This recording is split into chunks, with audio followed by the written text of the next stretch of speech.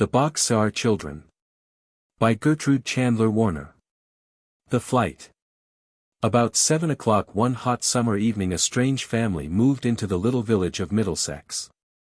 Nobody knew where they came from, or who they were. But the neighbors soon made up their minds what they thought of the strangers, for the father was very drunk. He could hardly walk up the rickety front steps of the old tumble-down house, and his 13-year-old son had to help him. Toward 8 o'clock a pretty, capable-looking girl of 12 came out of the house and bought a loaf of bread at the baker's. And that was all the villagers learned about the newcomers that night. "There are 4 children," said the bakeshop woman to her husband the next day, "and their mother is dead. They must have some money, for the girl paid for the bread with a dollar bill." "Make them pay for everything they get," growled the baker, who was a hard man. "The father is nearly dead with drink now, and soon they will be only beggars." This happened sooner than he thought. The next day the oldest boy and girl came to ask the bakeshop woman to come over. Their father was dead. She went over willingly enough, for someone had to go. But it was clear that she did not expect to be bothered with 4 strange children, with the bakery on her hands and 2 children of her own. "Haven't you any other folks?" she asked the children. "We have a grandfather in Greenfield," spoke up the youngest child before his sister could clap her hand over his mouth. "Hush, Benny," she said anxiously. This made the bakeshop woman suspicious. "What's the matter with your grandfather?" she asked.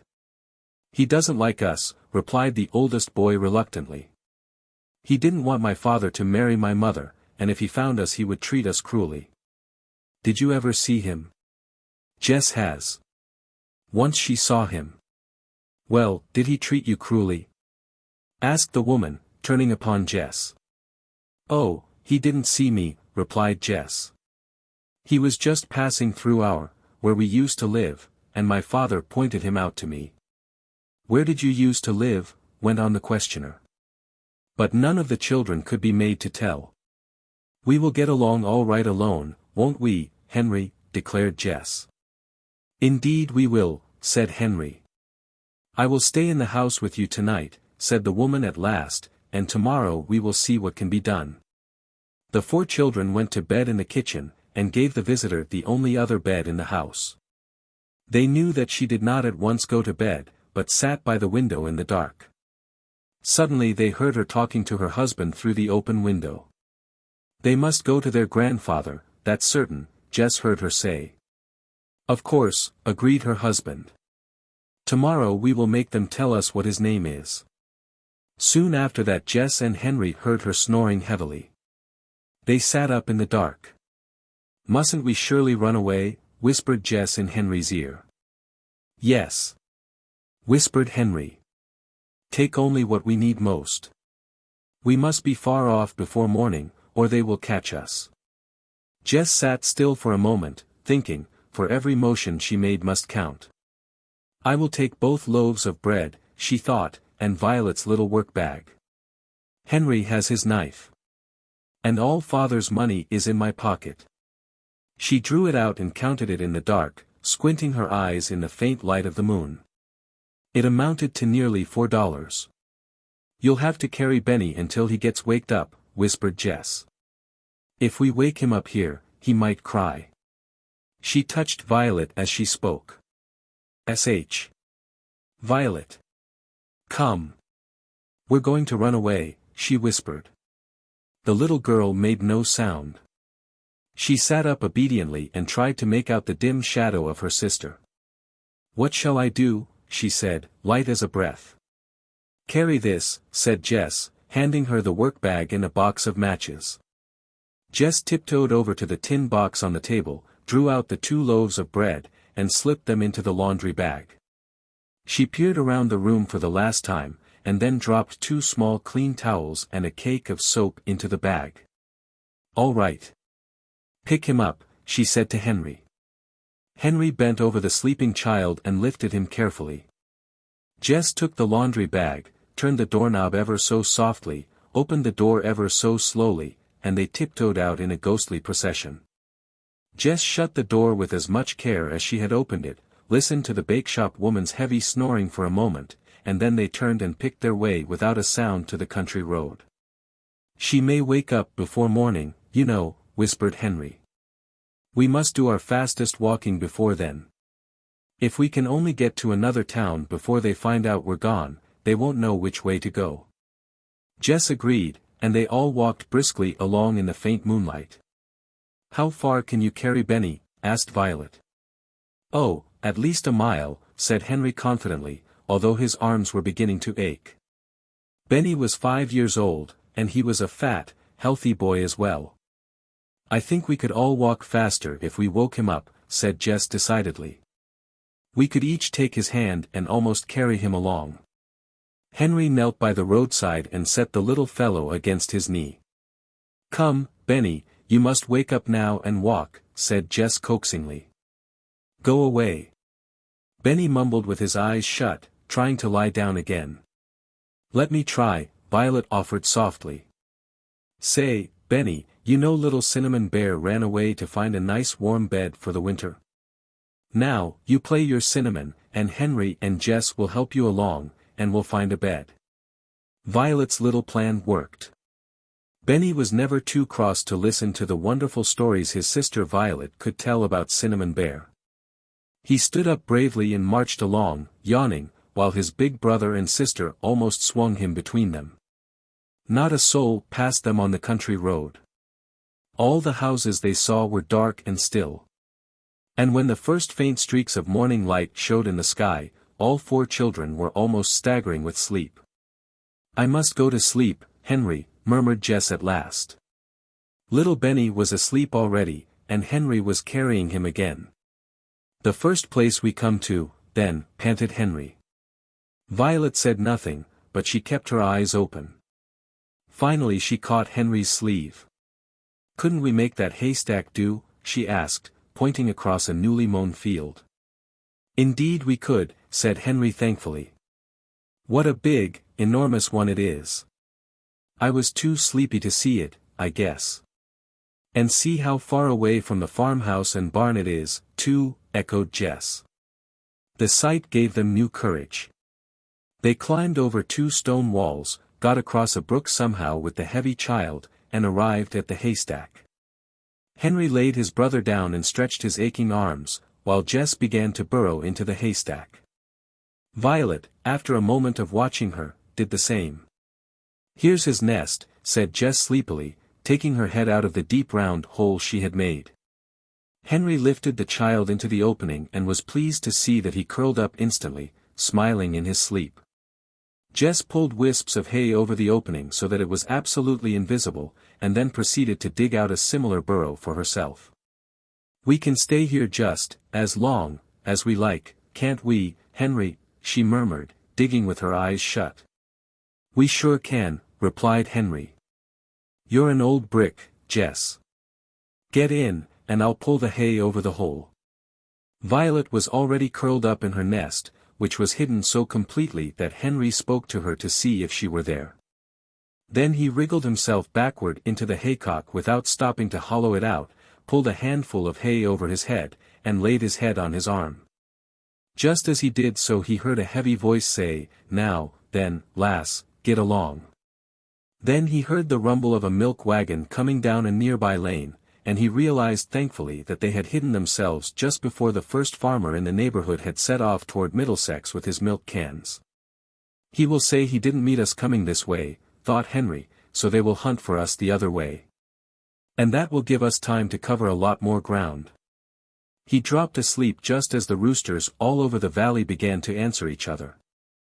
The second night. The roosters crowed and the hens clucked, the farmer's wife began to get breakfast, and the 4 children slept on. Dinner time came and went, and still they slept, for it must be remembered that they had been awake and walking during the whole night. In fact, it was nearly 7 o'clock in the evening when they awoke. Luckily, all the others awoke before Benny. "Can you hear me, Jess?" said Henry, speaking very low through the wall of hay. "Yes," answered Jess softly. "Let's make one big room of our nests." No sooner said than done. The boy and girl worked quickly and quietly until they could see each other. They pressed the hay back firmly until they had made their way into Violet's little room. And then she in turn groped until she found Benny. "Hello, little Cinnamon," whispered Violet playfully. And Benny at once made up his mind to laugh instead of cry. But laughing out loud was almost as bad, so Henry took his little brother on the hay beside him and talked to him seriously. "You're old enough now, Benny, to understand what I say to you. Now, listen. When I tell you to keep still after this, that means you're to stop crying if you're crying, or stop laughing if you're laughing, and be just as still as you possibly can. If you don't mind, you will be in danger. Do you understand?" "Don't I have to mind Jess and Violet too?" asked Benny. "Absolutely," said Henry. "You have to mind us all, every one of us." Benny thought a minute. "Can't I ask for what I want any more?" he said. "Indeed you can," cried Jess and Henry together. "What is it you want?" "I'm awful hungry," said Benny anxiously. Henry's brow cleared. "Good old Benny," he said. "We're just going to have supper, or is it breakfast?" Jess drew out the fragrant loaf of bread. She cut it with Henry's jackknife into 4 quarters, and she and Henry took the 2 crusty ends themselves. "That's because we have to be the strongest, and crusts make you strong," explained Jess. Violet looked at her older sister. She thought she knew why Jess took the crust, but she did not speak. "We will stay here till dark, and then we'll go on with our journey," said Henry cheerfully. "I want a drink," announced Benny. "A drink you shall have," Henry promised, "but you'll have to wait till it's really dark. If we should creep out to the brook now, and anyone saw us," he did not finish his sentence, but Benny realized that he must wait. He was much refreshed from his long sleep, and felt very lively. Violet had all she could do to keep him amused, even with Cinnamon Bear and his 5 brothers. At last Henry peeped out. It was after 9 o'clock. There were lights in the farmhouse still, but they were all upstairs. "We can at least get a drink now," he said. And the children crept quietly to the noisy little brook not far from the haystack. "Cup," said Benny. "No, you'll have to lie down and drink with your mouth," Jess explained. And so they did. Never did water taste so cool and delicious as it did that night to the thirsty children. When they had finished drinking they jumped the brook, ran quickly over the fields to the wall, and once more found themselves on the road. "If we meet anyone," said Jess, "we must all crouch behind bushes until he has gone by." They walked along in the darkness with light hearts. They were no longer tired or hungry. Their one thought was to get away from their grandfather, if possible. "If we can find a big town," said Violet, "won't it be better to stay in than a little town?" "Why?" asked Henry, puffing up the hill.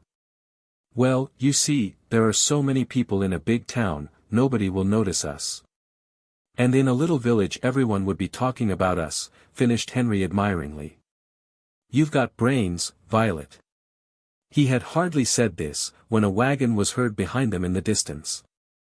It was coming from Middlesex. Without a word, the 4 children sank down behind the bushes like frightened rabbits. They could plainly hear their hearts beat. The horse trotted nearer, and then began to walk up the hill. "If we hear nothing in Townsend," they heard a man say, "we have plainly done our duty." It was the baker's voice. "More than our duty," said the baker's wife, tiring out a horse with going a full day, from morning until night. There was silence as the horse pulled the creaky wagon. "At least we will go on to Townsend tonight," continued the baker, "and tell them to watch out. We need not go to Intervale, for they never could walk so far." "We are well rid of them, I should say," replied his wife.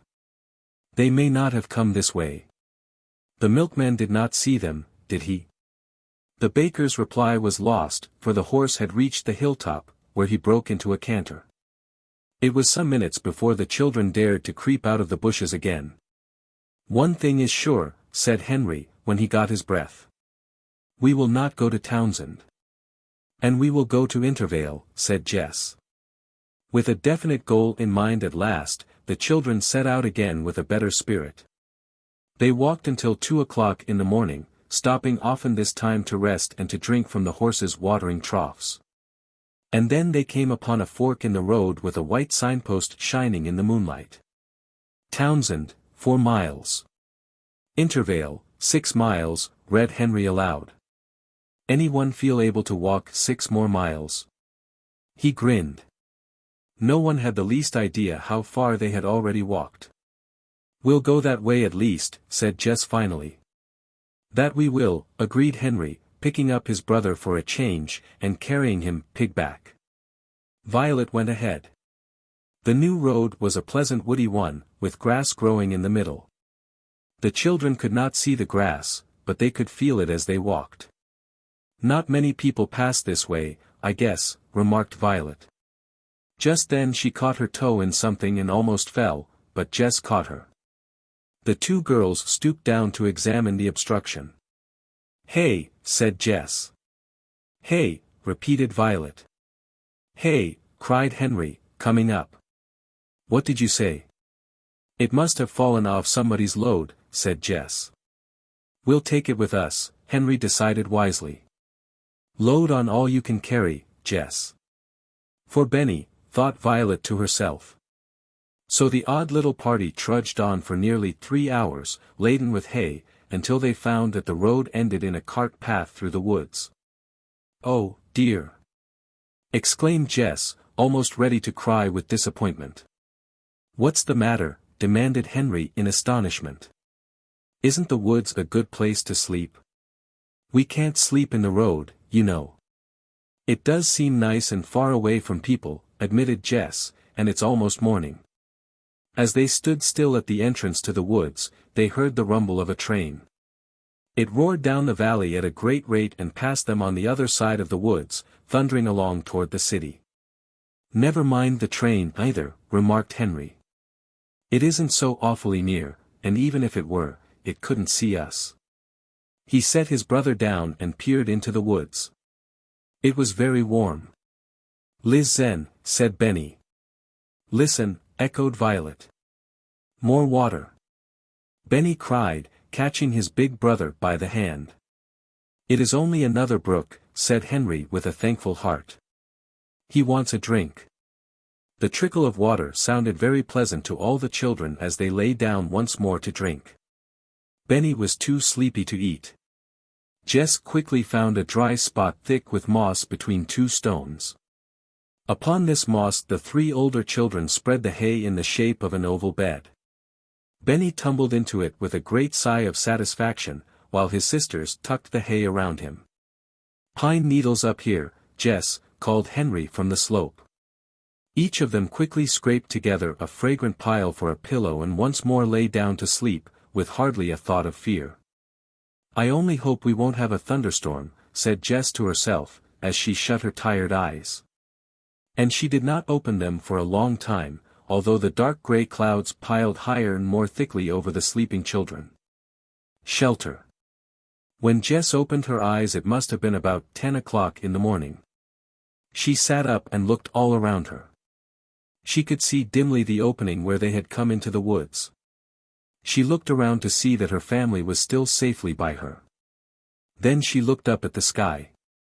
At first she thought it must still be night, and then she realized that the darkness was caused by an approaching storm. Whatever shall we do now? Demanded Jess of the air. She got up and looked in every direction for shelter. She even walked quite a little way into the woods, and down a hill.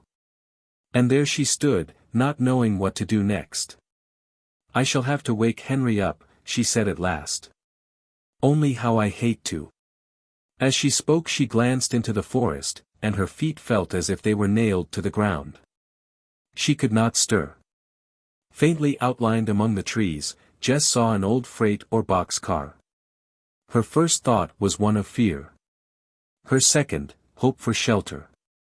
As she thought of shelter, her feet moved, and she stumbled toward it. It really was a freight car. She felt of it. It stood on rusty broken rails which were nearly covered with dead leaves. Then the thunder cracked overhead. Jess came to her usual senses and started back for Henry, flying like the wind. He was awake, looking anxiously overhead. He had not noticed that Jess was missing. "Come," panted Jess. "I've found a place. Hurry. Hurry." Henry did not stop to ask questions. He picked up Benny, telling Violet to gather up the hay. And then they ran headlong through the thick underbrush in Jess' wake, seeing their way only too well by the sharp flashes of lightning. "It's beginning to sprinkle," gasped Henry. "We'll get there, all right," Jess shouted back. "It's not far. Be all ready to help me open the door when we get there." By sheer good fortune a big tree stump stood under the door of the freight car, or the children never could have opened it. As it was, Jess sprang on the stump and Henry, pausing to lay Benny down, did likewise. Together they rolled back the heavy door about a foot. "That's enough," panted Jess. "I'll get in, and you hand Benny up to me." "No," said Henry quietly. "I must see first if anyone is in there." "It will rain," protested Jess. "Nothing will hurt me." But she knew it was useless to argue with Henry, so she hastily groped in the bag for the matches and handed them to her brother. It must be confessed that Jess held her breath while Henry struck one and peered about inside the car. "All's well," he reported. "Come in, everybody." Violet passed the hay up to her brother, and crawled in herself. Then Jess handed Benny up like a package of groceries and, taking one last look at the angry sky and waving trees, she climbed in after him. The two children managed to roll the door back so that the crack was completely closed before the storm broke. But at that very instant it broke with a vengeance. It seemed to the children that the sky would split, so sharp were the cracks of thunder. But not a drop of rain reached them in their roomy retreat. They could see nothing at all, for the freight car was tightly made, and all outside was nearly as black as night. Through it all, Benny slept on. Presently the thunder grew fainter, and rumbled away down the valley, and the rain spent itself. Only the drip from the trees on the top of the car could be heard. Then Henry ventured to open the door. He knelt on his hands and knees and thrust his head out. The warm sunlight was filtering through the trees, making golden pools of light here and there. The beautiful trees, pines and white birches and oaks, grew thickly around, and the ground was carpeted with flowers and wonderful ferns more than a yard high. But most miraculous of all was a miniature waterfall, small but perfect, where the same little brown brook fell gracefully over some ledges, and danced away down the glen. In an instant Jess and Violet were looking over Henry's shoulder at the pretty sight. "How different everything looks with the sun shining," exclaimed Jess. "Things will soon be dry at this rate." "It must be about noon," observed Henry, looking at the sun. And as he spoke the faint echo of mill bells in the distance was heard. "Henry," said Jess sharply. "Let's live here." "Live here?" repeated Henry dully. "Yes." "Why not?" replied Jess. "Nobody uses this car, and it's dry and warm. We're quite far away. And yet we are near enough to a town so we can buy things. And we're near water," added Violet. Jess hugged her sister. "So we are, little mouse," she said, "the most important thing of all." "But," began Henry. "Please, Henry," said Jess excitedly. "I could make this old freight car into the dearest little house, with beds, and chairs, and a table, and dishes. I'd like to live here, too," said a determined little voice from the corner, "but I don't want to, unless—" "Unless what?" asked Henry, panic-stricken. "Unless I can have my dinner," Benny finished anxiously. "We'll have something to eat right away, old fellow," said Henry, thankful it was no worse. For he himself was beginning to see what a cozy home the car really would make. Jess cut the last loaf of bread into 4 pieces, but alas! It was very dry. The children were so hungry that they tore it with their teeth like little dogs, but Benny was nearly crying. He did not actually cry, however, for just at the crucial moment Violet started a funny story about Cinnamon Bear eating bread crusts out of the ash can. "He ought to have milk," said Jess quietly to Henry. "He shall have milk," replied Henry. "I'll go down the railroad track to the town and get some." Jess counted out $1 in 10 dimes and handed it to Henry. "By the time our $4 are gone, you will have some work to do," she said. All the same, Henry did not like to begin his trip. "How I hate to leave you alone, Jess," he said miserably. "Oh, don't you worry," began Jess lightly. "We'll have a surprise for you when you come back. You just wait and see." And she nodded her head wisely as Henry walked slowly off through the woods. The moment he was out of sight, she turned to Benny and Violet. "Now, children," she said, "what do you think we're going to do?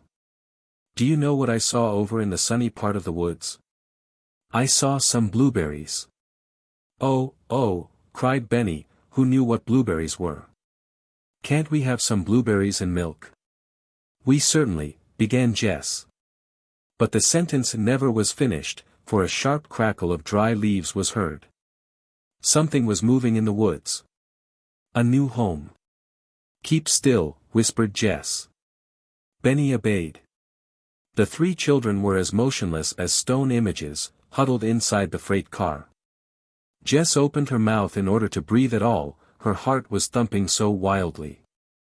She watched like a cat through the open door, in the direction of the rustling noise. And in a moment the trembling bushes parted, and out crawled a dog. He was an Airedale and was pulling himself along on 3 legs, whimpering softly. Jess drew a long breath of relief, and said to the children, "It's all right.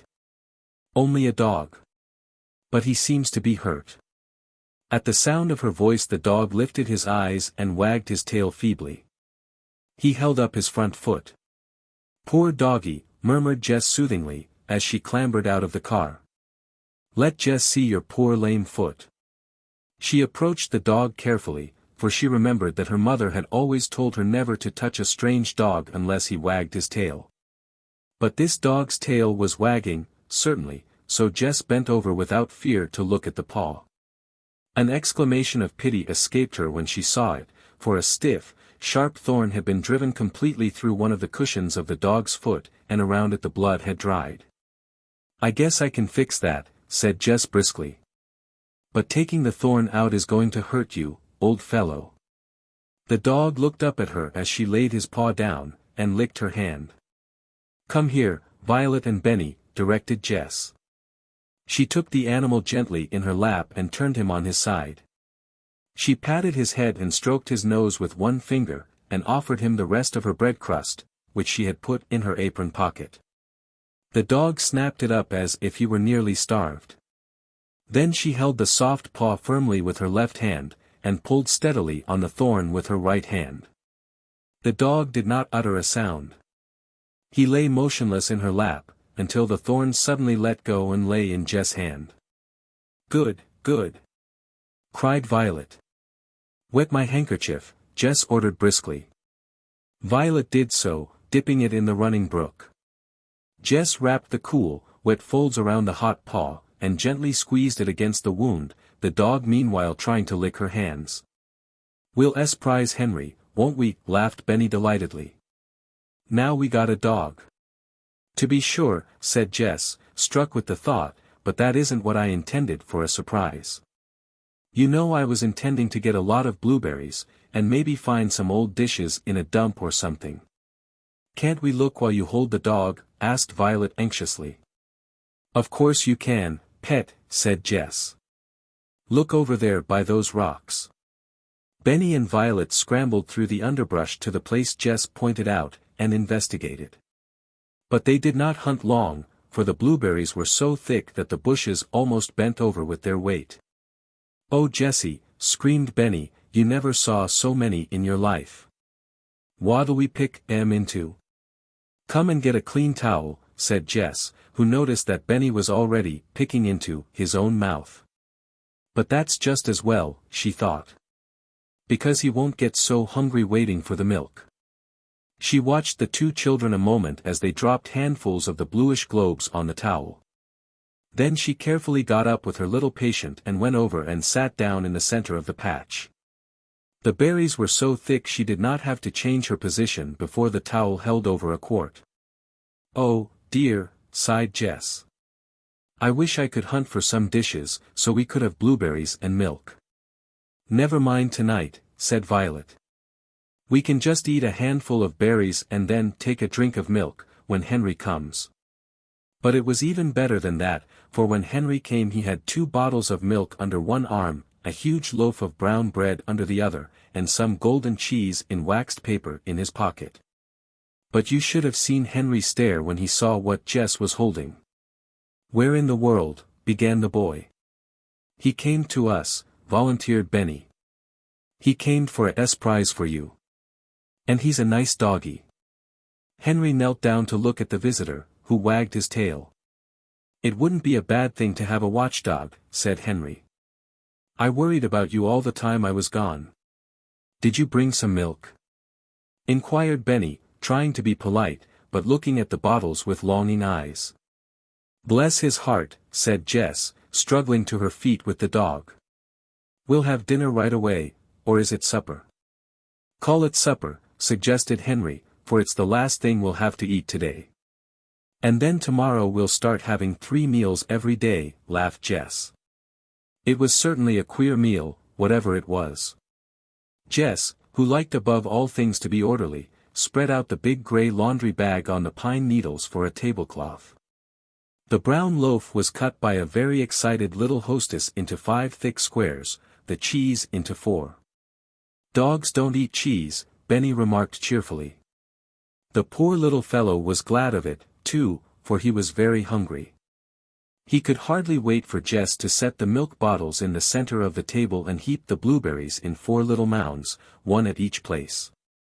"I'm sorry we haven't cups," Jess remarked. "We'll just have to drink out of the same bottle." "No, we won't," said Henry. "We'll drink half of each bottle, so that will make at least 2 things to drink out of." "Good for you, Henry," said Jess, much relieved. "You and Benny use one, and Violet and I will use the other." So the meal began. "Look, Benny," directed Henry.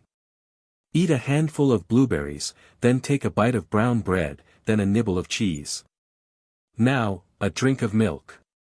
It's good. It's good," mumbled Benny to himself all through the meal.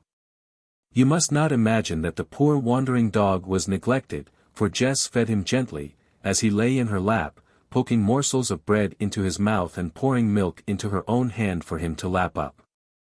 When the meal was over, and exactly half of each bottle of milk remained, Jess said, "We are going to sleep on beds tonight, and just as soon as we get our beds made, we are all going to be washed."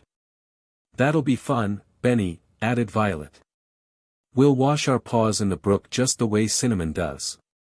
"First, let's gather armfuls of dry pine needles," ordered Jess.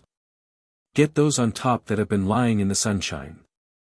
Jess laid the dog down on a bed of moss as she spoke, and started energetically to scoop up piles of the fragrant needles. Soon a pile as high as her head stood just under the freight car door. "I think we have enough," she said at last. Taking the scissors from Violet's work bag, she cut the laundry bag carefully into 2 pieces, saving the cord for a clothesline. One of the big squares was laid across Benny's hay and tucked under. That was the softest bed of all. Violet's apron and her own, she cut off at the belt. "I'll sleep next to Benny," said Henry, "with my head up by the door. Then I can hear what is going on." A big pile of pine needles was loaded into the freight car for Henry's bed, and covered with the other half of the laundry bag. The remainder of the needles Jess piled into the farthest corner of the car for herself and Violet. "We'll all sleep on one side, so we can call it the bedroom." "What'll be the other side?" inquired Benny. "The other side," repeated Jess. "Let me think. I guess that'll be the sitting room, and perhaps some of the time the kitchen. On rainy days, maybe the dining room," added Henry with a wink. "Couldn't it be the parlor?" begged Benny. "Certainly, the parlor." "We forgot that," agreed Jess, returning the wink. She was covering the last 2 soft beds with the 2 aprons. "The tops of these aprons are washcloths," she said severely. Then armed with the big cake of soap she led the way to the brook. The dog watched them anxiously, but when Jess said, "Lie still," he obeyed. From the moment Jess drew the thorn from his foot he was her dog, to obey her slightest command and to follow her wherever she went. The clean cool brook was delightful even to Benny. The children rolled up their sleeves and plunged their dusty arms into its waters, quarreling good-naturedly over the soap, and lathering their stained faces and necks with it. When they were well rinsed with clear water they dried themselves with the towel. Then Jess washed both towels nicely with soap, rinsed them, and hung them on the clothesline of tape, which she had stretched between 2 slender birch trees. They flapped lazily in the wind. "Looks like home already, Jess," said Henry, smiling at the washing. The tired children clambered into the bedroom, Jess coming last with the wounded dog. "We'll have to leave the door open, it's so hot," said Henry, lying down with a tired sigh. And in less than 10 minutes they were fast asleep, dog and all, asleep at 6 o'clock, asleep without naming the dog, without locking the door, without fear, for this was the first night in 4 that they had been able to go to sleep at night. As children should. Housekeeping. The next morning Jess was up before the others, as was fitting for a little housekeeper. That is, she was first if we except the dog, who had opened one eye instantly every time his little mistress stirred in her sleep. He sat watching gravely in the door of the car as Jess descended to get breakfast. She walked from the little waterfall quite a distance down the brook, looking at it with critical eyes. "This will be the well," she said to herself, regarding a small but deep and quiet basin just below the falls. Below that she found a larger basin, lined with gravel, with flat stones surrounding it. "This will be the washtub," she decided. "And now I must go back to the refrigerator." This was the strangest spot of all, for behind the little waterfall was a small quiet pool in which Jess had set the milk bottles the night before. Not a drop of water could get in, but all night long the cool running water had surrounded the bottles. They were now fairly icy to the touch. Jess smiled as she drew them out. "Is it good?" asked Benny's voice. There he sat in the door of the car, swinging his legs, his arm around the shaggy dog. "It's delicious," declared Jess. "Cold as ice." She climbed up beside him as she spoke, bringing the breakfast with her. The other 2 children sat up and looked at it. "Today, Jess," began Henry, "I will go back to town and try to get a job mowing lawns or something. Then we can afford to have something besides milk for breakfast." Milk suited Benny very well, however, so the older children allowed him to drink rather more than his share. Henry did not waste any time talking. He brushed his hair as well as he could without a brush, rolled down his sleeves, and started for town with the $2. "Glad you've got a dog, Jess," he called back, as he waved his straw hat. The children watched him disappear around the curve and then turned to Jess expectantly. They were not mistaken. Jess had a plan. "We'll explore," she began mysteriously. "We'll begin here at the car, and hunt all over these woods until we find a dump." "What's a dump?" inquired Benny. "Oh Benny," answered Violet. "You know what a dump is. All old bottles and papers and broken dishes." "And wheels?" asked Benny interestedly. "Will there be any old wheels?" "Yes, maybe," assented Violet. "But cups, Benny. Think of drinking milk out of a cup again." "Oh, yes," said Benny, politely. But it was clear that his mind was centered on wheels rather than cups. The exploring party started slowly down the rusty track, with the dog hopping happily on 3 legs. The 4th paw, nicely bandaged with Jess' handkerchief, he held up out of harm's way. "I think this is a spur track," said Jess. "They built it in here so they could load wood on the cars, and then when they had cut all the wood they didn't need the track anymore." This explanation seemed very likely, for here and there were stumps of trees and decaying chips. Violet took note of these chips, and remembered them some days later. In fact, both girls kept their eyes open, and pointed out things of interest to each other. "Remember these logs, Violet, if we should ever need any," said Jess, pointing. "Blackberry blossoms," returned Violet briefly, turning one over gently with her foot. "Big flat stones," remarked Jess, later on, as they came upon a great heap of them. Here the track came out into the open sunshine, and broken pieces of rail showed clearly where it had joined the main track at some time in the past.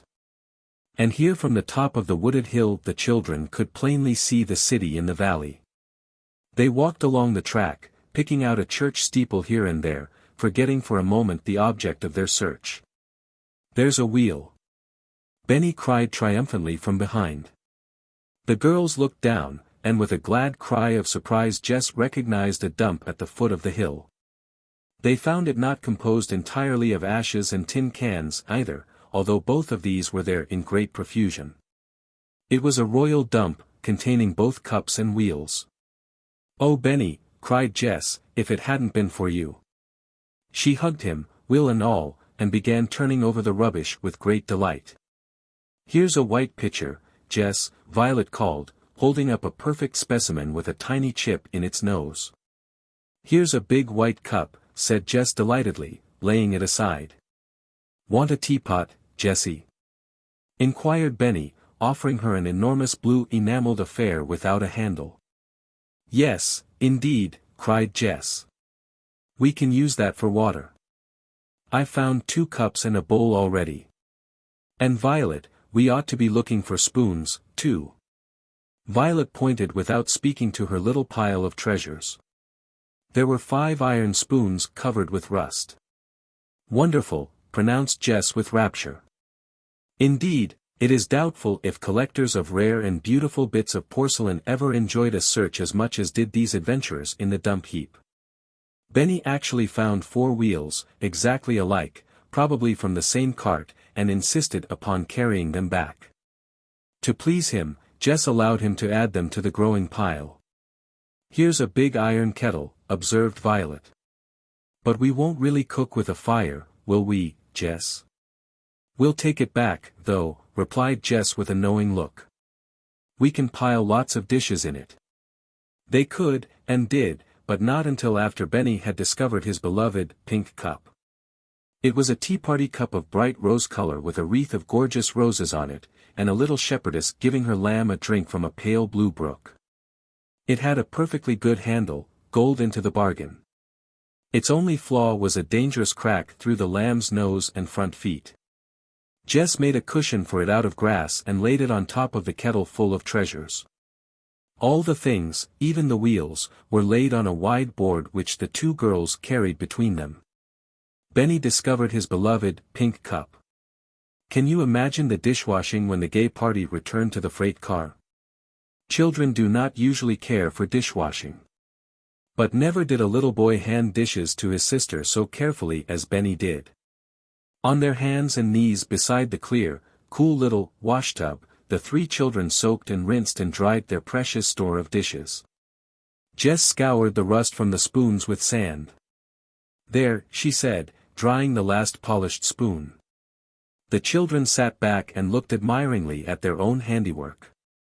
But they did not look long. There was too much to be done. "Jess," exclaimed Violet, "I'll tell you." Violet seldom spoke so excitedly. Even Benny turned around and looked at her. "Come and see what I noticed inside the car last night." Both children followed her, and peered in at the door. "See, on the wall, right over on the other door, Jess." Now, all Jess could see were 2 thick chunks of wood nailed securely to the closed door opposite the open one. But she whirled around and around as fast as she could, clapping her hands. When she could get her breath, however, she skipped over to the board they had carried, dusted it nicely, and laid it carefully across the 2 wooden projections. It was a perfect shelf. "There," said Jess. The children could hardly wait to arrange the shining new dishes on the shelf. Violet quietly gathered some feathery white flowers, a daisy or 2, and some maidenhair ferns, which she arranged in a glass vase filled with water from the well. This she put in the middle, with the broken edge hidden. "There," said Jess. "You said, there, 3 times, Jessie," remarked Benny, contentedly. "So I did," replied Jess laughing, "but I'm going to say it again." She pointed and said, "There." Henry was coming up the path. Earning a living. Henry had all sorts of packages under his arm and in his pockets. But he wouldn't open them or tell a thing about his adventures until dinner was ready, he said. "Jess, you're a wonder," he exclaimed when he saw the dishes and the shelf. The big kettle was selected, and they all began to pick blueberries as fast as they could, telling Henry meanwhile all about the wonderful dump. At last the tablecloth was spread and Henry unwrapped his parcels before the whole excited family. "I bought some more brown bread," he said, producing the loaves, "and some more milk, in the same little store where I went yesterday. It's kept by a little old man, and it's called a delicatessen shop. He has everything in his store to eat. I bought some dried beef because we can eat it in our fingers. And I bought a big bone for the dog." "His name is Watch," Jess interrupted. "All right," said Henry, accepting the name. "I bought a bone for Watch." Watch fell on the bone as if he were famished, which indeed he nearly was. It was a rapturous moment when Jess poured the yellow milk into 4 cups or bowls, and each child proceeded to crumble the brown bread into it with a liberal scattering of blueberries. And then when they ate it with spoons, nobody was able to speak a word for several minutes. Then Henry began slowly to tell his tale. "I earned $1 just this morning," he began proudly. "I walked along the first shady street I came to, nice houses, you know. And there was a fellow out mowing his own lawn. He's a nice fellow, too, I can tell you, a young doctor." Henry paused to chew blissfully. "He was pretty hot," Henry went on. "And just as I came to the gate, his telephone rang. I heard it, and called after him and asked if he didn't want me to finish up." "And he said he did," cried Jess. "Yes. He said, for goodness sake, yes." Henry answered smiling. "You see, he wasn't used to it. So I mowed the lawn and trimmed the edges, and he said he never had a boy trim it as well as I did. And then he asked me if I wanted a steady job." "Oh, Henry," cried Violet and Jess together. "I told him I did, so he said to come back this afternoon any time I wanted, or tomorrow, he said he didn't care just when, any time." Henry gave his cup a last polish with his spoon and set it down dreamily. "It's a pretty house," he went on, "and there's a big garden behind it, vegetable garden. And an orchard behind that, cherry orchard. You ought to see the cherry trees. Well, when I was trimming the edges near the kitchen door, the cook came and watched me. She's a fat Irish woman." Henry laughed at the recollection. "She asked me if I liked cookies." "Oh, if you had smelled them baking you'd have died laughing, Benny. Delicious." "So I said I did, and she passed me out one, and when she went back I put it in my pocket." "Did she see you?" asked Jess anxiously. "Oh, no," said Henry confidently. "For I carefully chewed away for a long time on nothing at all." Benny began to look fixedly at Henry's pocket. It certainly was still rather bulgy. "When I went, the doctor paid me $1, and the cook gave me this bag." Henry grinned as he tossed the paper bag to Jess. Inside were 12 ginger cookies with scalloped edges, smelling faintly of cinnamon and sugar. "I'm going to keep track of everything I earn and spend," said Henry, watching Jess as she handed around the cookies with reverence. "How are you going to write without a pencil?" asked Jess. "There are pieces of tailor's chalk in my work bag," said Violet. Henry gave his younger sister a gentle pat, as she returned with her work bag and fished for the chalk. While the girls rinsed the empty dishes in the brook and stored away the food for supper, Henry was beginning his cash account on the wall of his bedroom. It was never erased, and Henry often now looks at the account with great affection.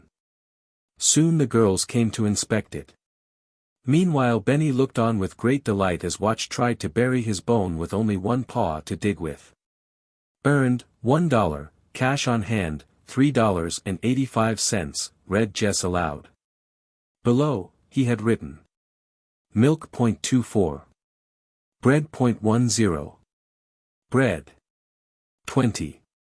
Cheese .10. Milk .24. Beef .20. Bone .05. Cloth .10. Cloth, exclaimed Violet. What on earth? Henry laughed a little, and watched her face as he drew out his last package and handed it to her. I thought we ought to have a tablecloth, he explained. So I got a yard at the 10-cent store, but it isn't hemmed, of course. With a cry of delight, Violet unwrapped the brown cloth with its edge of blue. Her clever fingers were already evening the two ends. She was never so happy as when with a needle. Henry set off again with a light heart. Here was one sister curled up happily against a big tree, setting tiny stitches into a very straight hem. Here was another sister busily gathering pliant twigs into a bundle for a broom with which to sweep the stray pine needles from the house. And here was Benny, curled up sound asleep on the ground with the dog for a pillow. It was quite late when Henry returned. In fact, it was nearly 7 o'clock, although he didn't know that. Several treasures had been added in his absence. The broom stood proudly in the corner with a slim stick for a handle. The new tablecloth had been washed and was drying on the line. And Jess, who had decided to wash one garment a day, had begun with Benny's stockings. When Henry came, they were being put on again with much pride by Benny himself. Violet had darned a big hole in each. This time Henry himself could not wait to tell his sisters what he had. He passed them the package at once, with shining eyes. Butter, cried Jess with a radiant face. It was butter, cool and sweet. Nobody remembered that they had been a week without tasting either butter or meat when at last they sat down to their royal supper. These are trick spoons, explained Henry. Turn them upside down, and use the handle, and they become knives. They were knives, anyway. They were used to spread the delicious morsels of butter on the brown loaf. With dried beef, and a cookie for dessert, who could ask for better fare? Certainly not the 4 children, who enjoyed it more than the rarest dainties. I washed the doctor's automobile this afternoon, Henry related. Then I washed both piazzas with the hose, and tomorrow I'm going to hoe in the garden. Oh, wouldn't I love to have a nice cold swim in that brook? Henry was hot and sticky, certainly. He looked with longing eyes at the waterfall as he finished the last crumbs of his supper. I wonder if we couldn't fix up a regular swimming pool, he said, half to himself. Of course we could, replied Violet, as if nothing were too difficult. Jess and I know where there are big logs, and big flat stones. You do, hey? Said Henry, staring at his gentle little sister. Well, why couldn't we, Henry? Struck in Jess. Just a little below this there is a sort of pool already, only not big enough. We sure could, cried Henry. Some day I'll stay home from work, and we'll see. Nobody realized that Henry had been working only one day in all. Anyway, it seemed as if they had always lived in the comfortable home in the freight car, with Henry plying back and forth from the city each day, bringing them new surprises. Henry went to bed that night with a head full of plans for damming up the brook. He almost shouted when he thought suddenly of Benny's wheels. He began to plan to make a cart to carry the heavy stones to the brook.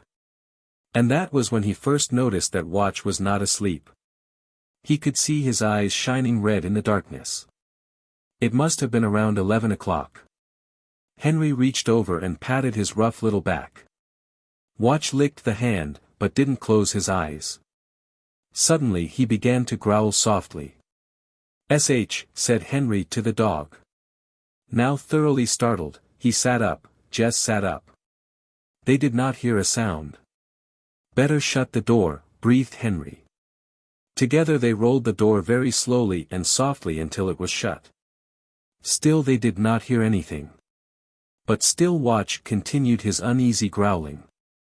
Violet and Benny slumbered on. Jess and Henry sat motionless, with their hearts in their mouths. "Supposing it was some other tramp," whispered Jess, "somebody else that wanted to sleep here." "Watch would bite, whispered Henry briefly. Jess never knew what confidence Henry had in the faithful dog. Then a branch cracked sharply outside, and Watch barked out loud. Jess smothered the dog instantly in her arms. But it had been a bark, and it was loud, clear, and unmistakable. "That settles it," thought Henry. "Whoever it is, knows there's someone in here." And the boy waited with the new broom in his hand, expecting every moment to see the door open from the outside. But nothing happened. Nothing at all. The children sat in perfect silence for at least a half hour, and nothing more was heard.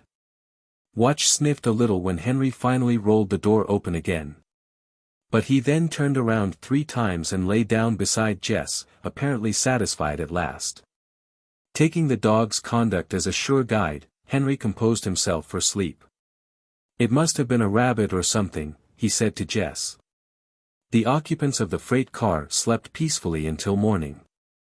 At home, Jess and Henry had a short committee meeting next morning before the others awoke. It was agreed that nobody should be allowed to stray off into the woods alone, not even the dog.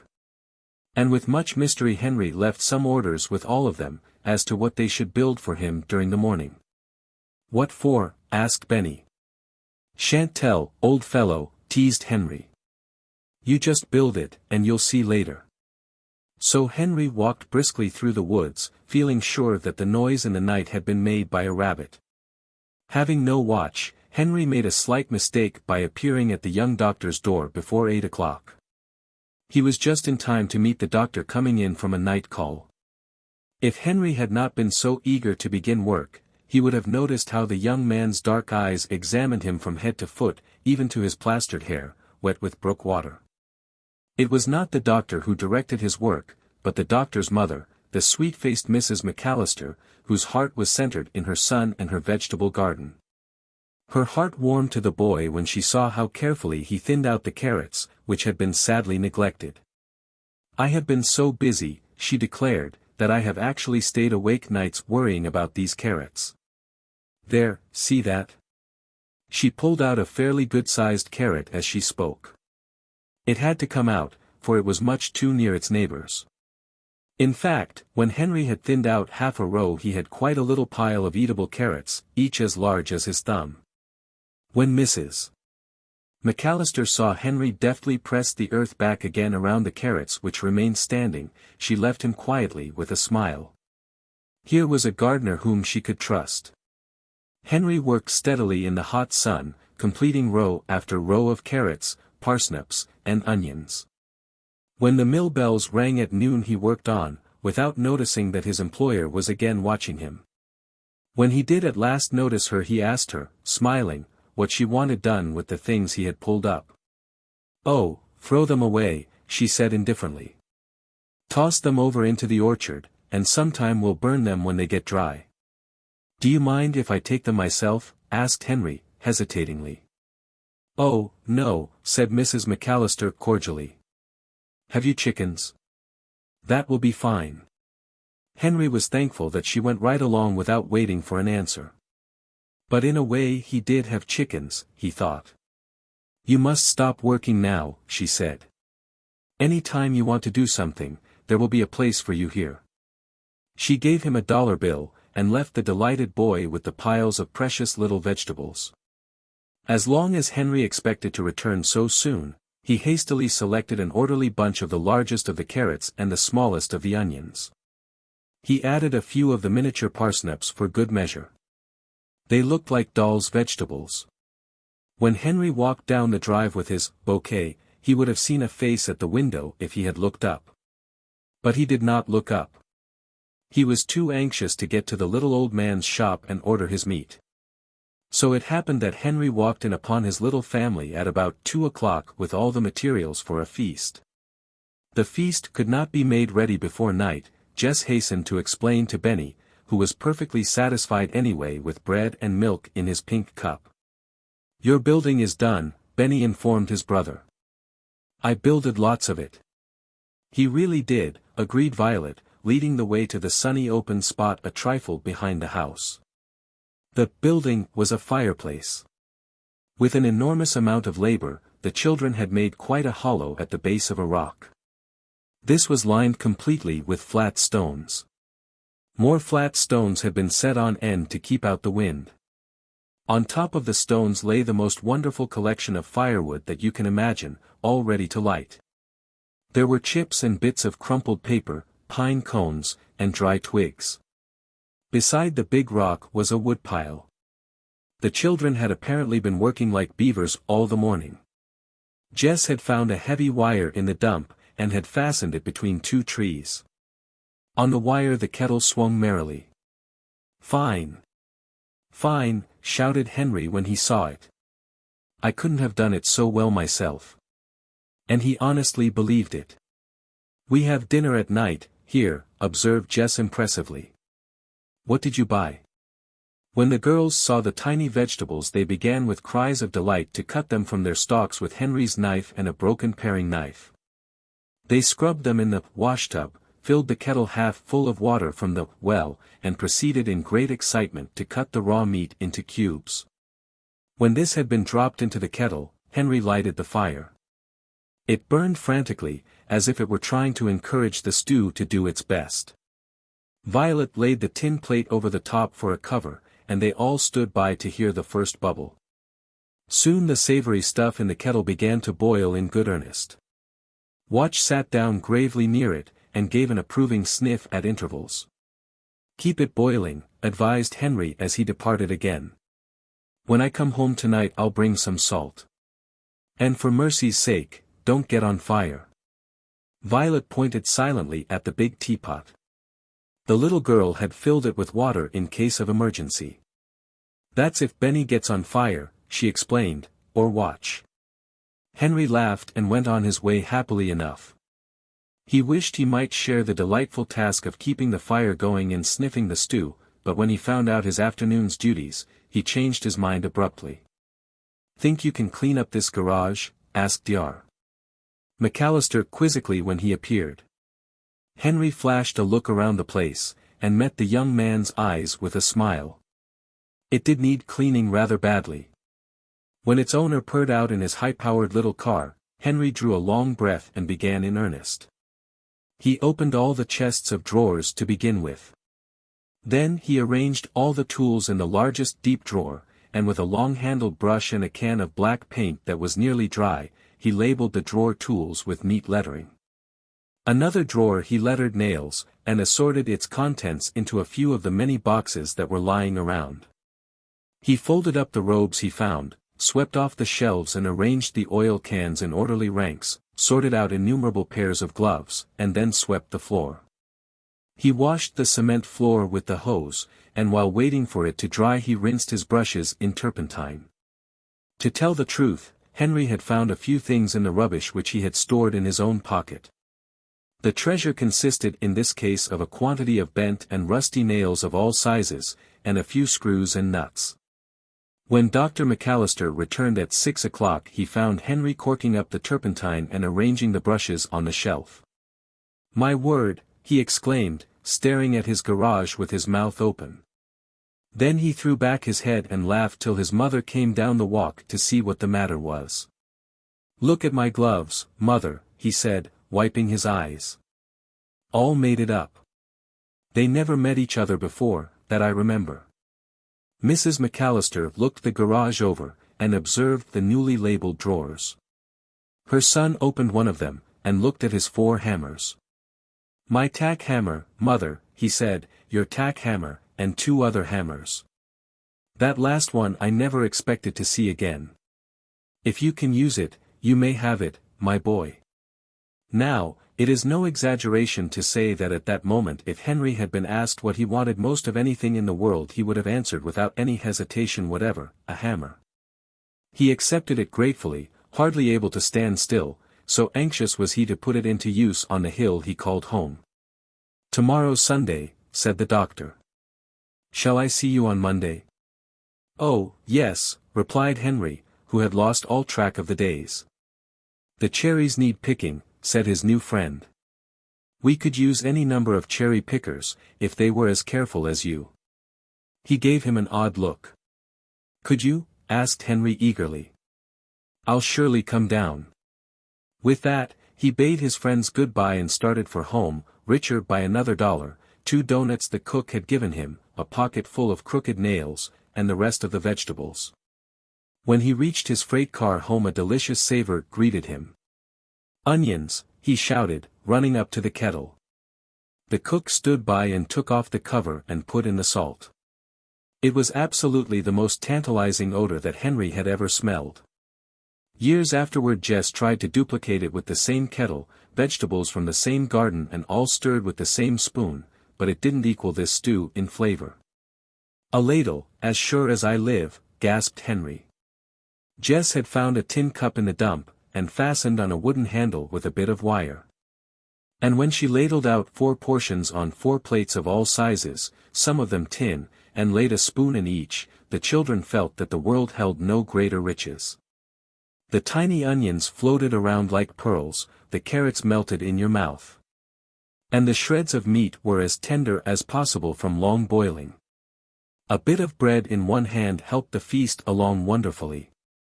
The little wanderers ate until they could eat no more. I have time before dark to make Benny's cart, observed Henry, biting a crisp, sweet carrot. With my wheels? Asked Benny. Yes, sir, with your wheels, agreed Henry. Only, when it's done, you'll have to cart stones in it. Sure, said Benny with satisfaction. Cart stones or anything. We'll need it in making the dam, explained Henry for the benefit of his sisters. Tomorrow's Sunday, so I shan't work down in the town. Do you think it's all right to build the pool on Sunday, Jess? I certainly do, replied Jess with emphasis. We're just building the dam so we can keep clean. I guess if Sunday is your only day off, it'll be all right. Henry's conscience was set at rest as he began with great delight to hammer out his bent nails. He and Benny ran about finding pieces of wood to fasten the wheels on. A visit to the dump was necessary at last, in order to find just the right piece of timber for a tongue, but before it was too dark to see, Henry had pounded the last nail in place and trundled the flat cart back and forth just to see it go. The cart seemed valuable enough to all of them to take into the house for the night. And Henry could not afford to laugh at Benny for going to sleep with his hand upon one of his precious wheels, for he himself had tucked his new hammer under his pillow. Building the dam. Even a hammer makes a good pillow if one is tired enough, and the freight car family slept until the 9 o'clock church bells began to ring faintly in the valley. There were at least a dozen churches, and their faraway bells sounded sweetly harmonious in so many different keys. They almost play a tune, said Violet, as she listened. I like music all right, replied Henry in a businesslike way, but I for one shall have to get to work. This will be a good day to wash all the stockings, said Jess. We'll all be wading so much in the brook, anyway. After breakfast the first thing Henry did was to survey, with critical eyes, the spot they had chosen for a pool. It was a hollow about 3 yards across. There were no stones in it at all. It's big enough already, remarked Henry at last, but it hasn't enough water in it. He measured its depth with a stick.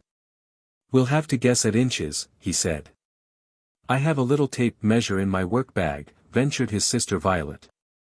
Henry flashed a smile at her. Is there anything you haven't got in your work bag? He asked her. The children measured the wet stick carefully. The water was just 10 inches deep in the deepest part. Henry explained his plan of engineering to his sisters. We will have to haul some big logs across this narrow part and stuff them from this end with stones and underbrush. It ought to be 3 feet deep before we get through. Oh, Henry! Protested Jess. Benny would get drowned. Drowned, echoed Henry. How tall do you think he is, anyhow? They measured the little boy and found him to be 42 inches tall. That settled it, the pool was designed to be 3 feet in depth. Luckily the largest logs were not far away, but as it was a matter of great labor for the builders to drag them to the scene of operations. "Let's get all the logs up here first," suggested Jess. "Then we can have the fun of laying them across." The two older children dragged all the logs, while Violet and Benny attended to the stones, with the help of the cart. Occasionally Henry was called upon to assist with a heavy stone, but for the most part Benny puffed out his cheeks and heaved the stones himself. In fact, Henry decided at this point to let Benny drop them into the water as he gathered them. "Splash 'em right in, old fellow," he directed. "Only keep them in a nice straight line right across this place between these two trees. It won't make any difference how wet he gets," he added in an aside to Jess. "We can dry him in the sun." Jess thought a little differently, although she said nothing. She took off Benny's little crinkled blouse and one pair of bloomers, and started to hang them on the line. "Good time to wash them," she exclaimed. "Let me wash them," begged Violet. "You're more useful building the dam." There was wisdom in this suggestion, so Jess accepted it gratefully, and even added Henry's blouse to the laundry. "When we finish the dam they will surely be dry," she said. As for Henry, he was only too glad to work without it. "Makes me feel lighter," he declared. Rare and beautiful birds came and watched the barefooted children as they scurried around, building their wall of masonry. But the children did not have any eyes for birds then. They watched with delighted eyes as each stone was added to the wall under the clear water, and it began to rise almost to the surface. "That makes a solid foundation for the logs, you see," explained Henry with pride. "They won't be floating off downstream the minute we lay them on."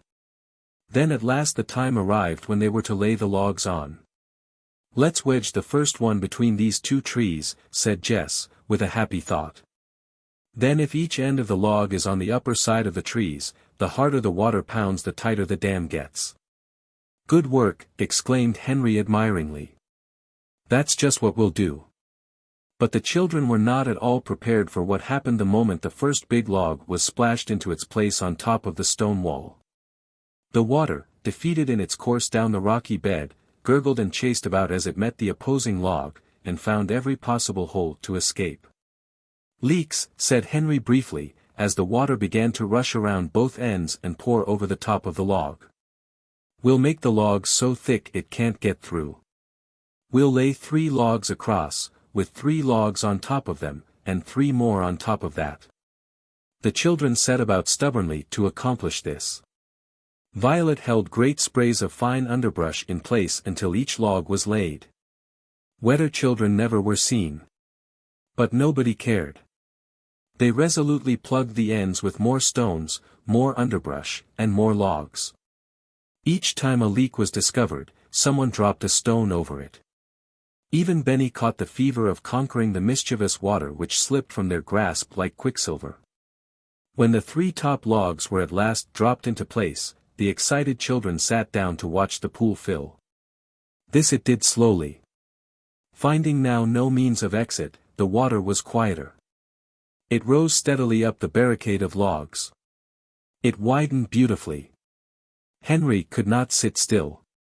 "It slopes," he cried. "See how clear it is. And still. See how still it is." And then the water began to overflow the logs. It spilled over the top with a delightful curve.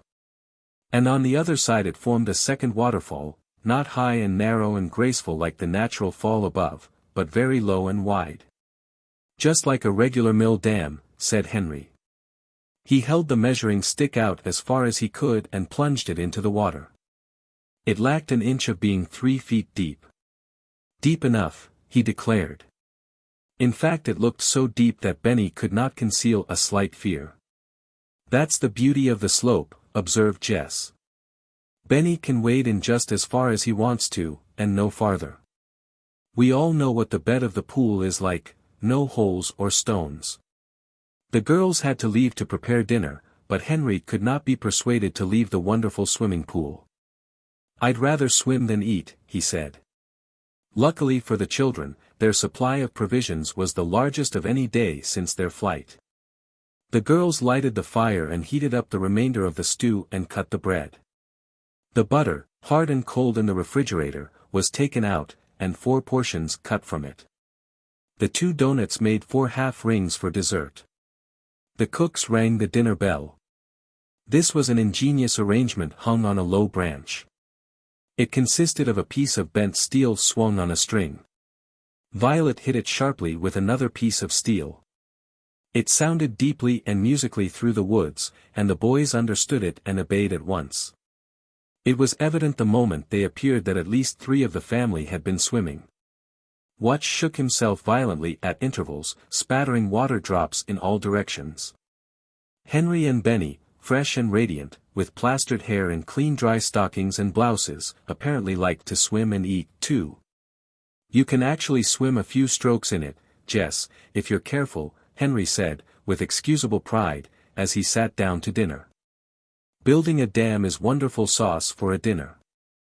"I think stew is much better the second day," observed Benny, eating hungrily.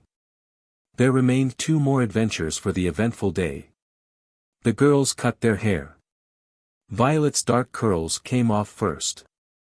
"They're awfully in the way," explained Violet, "and so much trouble when you're working." They were tangled, too, and Jess cut them off evenly by a string, with Violet's little scissors. Jess' chestnut hair was long and silky and nicely braided, but she never murmured as it came off too. The 2 girls ran to the brook mirror to see how they looked. The new haircut was very becoming to both. "I like you better that way," said Henry approvingly. "Lots more sensible when you're living in the woods." Around 4 o'clock the children took a long walk in the opposite direction from any of their other explorations. They were rewarded by 2 discoveries. One was a hollow tree literally filled with walnuts, gathered presumably by a thrifty squirrel the previous fall. The other discovery frightened them a little just at first. For with bristling back and a loud bark, Watch suddenly began to rout out something in the leaves, and that something began to cackle and half run and half fly from the intruders. It was a runaway hen. The children succeeded in catching the dog and reducing him to order, although it was clear he liked very much to chase hens. "She had some eggs, too," remarked Benny as if trying to make pleasant conversation. Jess bent over incredulously and saw a rude nest in the moss in which there were 5 eggs. "A runaway hen," said Henry, hardly believing his eyes. "She wants to hide her nest and raise chickens." The children had no scruples at all about taking the eggs. "Almost a gift from heaven," said Violet, stroking one of the eggs with a delicate finger. "It wouldn't be polite to refuse them." Scrambled eggs made a delicious supper for the children. Jess broke all the eggs into the biggest bowl and beat them vigorously with a spoon until they were light and foamy. Then she added milk and salt and delegated Violet to beat them some more while she prepared the fire. The big kettle, empty and clean, was hung over the low fire and butter was dropped in. Jess watched it anxiously, tipping the kettle slightly in all directions. When the butter had reached the exact shade of brown, Jess poured in the eggs and stirred them carefully, holding her skirts away from the fire. She was amply repaid for her care when she saw her family attack the meal. Clearly this was a feast day. "We shall have to be satisfied tomorrow to live on bread and milk," she observed, scraping up the last delicious morsel. But when tomorrow came they had more than bread and milk, as you will soon see. Cherry picking. Henry meditated a while all to himself early the next morning as to whether he ought to take any one with him for the cherry picking. He certainly said he could use more than one, he mused. Failing to decide the question, he laid it before his sisters as they ate bread and milk for breakfast. "I can't see any reason, except one, why we shouldn't all go," said Jess.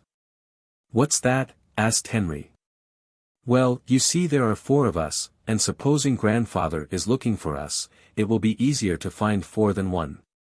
"True," agreed Henry. "But supposing we went down the hill and through the streets 2 by 2? And you took watch?" It was finally agreed that Henry and Benny would attract very little attention together, Violet and Jess would follow with the dog, who would trace Henry. And so they set out. They took down the clothesline and closed the car door. Everything instantly looked as lonesome as heart could wish. Even the merry little brook looked deserted. When the children arrived at the McAllister orchard, they soon saw that they were not the only workers. 2 hired men and the young doctor himself were carrying ladders and baskets from the barn, and the Irish cook was bringing piles of square baskets from the house, the kind that strawberries are sold in. "The girls can pick cherries as well as I can," said Henry, introducing his sisters. "Benny ought not to climb very tall trees, but we had to bring him." "Benny can carry the baskets, perhaps," suggested the doctor, much amused. "You see, this is a cherry year, and we have to work quickly when we once begin. Perhaps he could fill the small baskets from the big ones." It was a cherry year, certainly. There were 2 varieties in the orchard, the pale yellow kind with a red cheek, and the deep crimson ones which were just as red in the center as they were on the outside. The red ones were huge, bursting with juice, and the trees were laden full with the luscious fruit. Even the air was perfumed. It was a pretty sight that the doctor finally turned his back upon when he went on his calls. Henry, slim, tanned, and graceful, picked rapidly from the tallest ladder in the largest tree. The 2 girls in their sensible bloomer suits could climb like cats. They leaned against the ladders easily about halfway up, their fluffy short hair gleaming in the sun.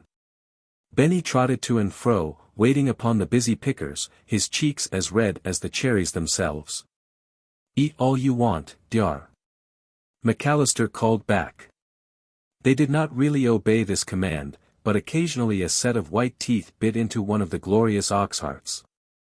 In less than an hour Benny had made 5 firm friends. The hired men joked with him, the cook petted him, the young doctor laughed at him delightedly, and sweet Mrs. McAllister fell in love with him.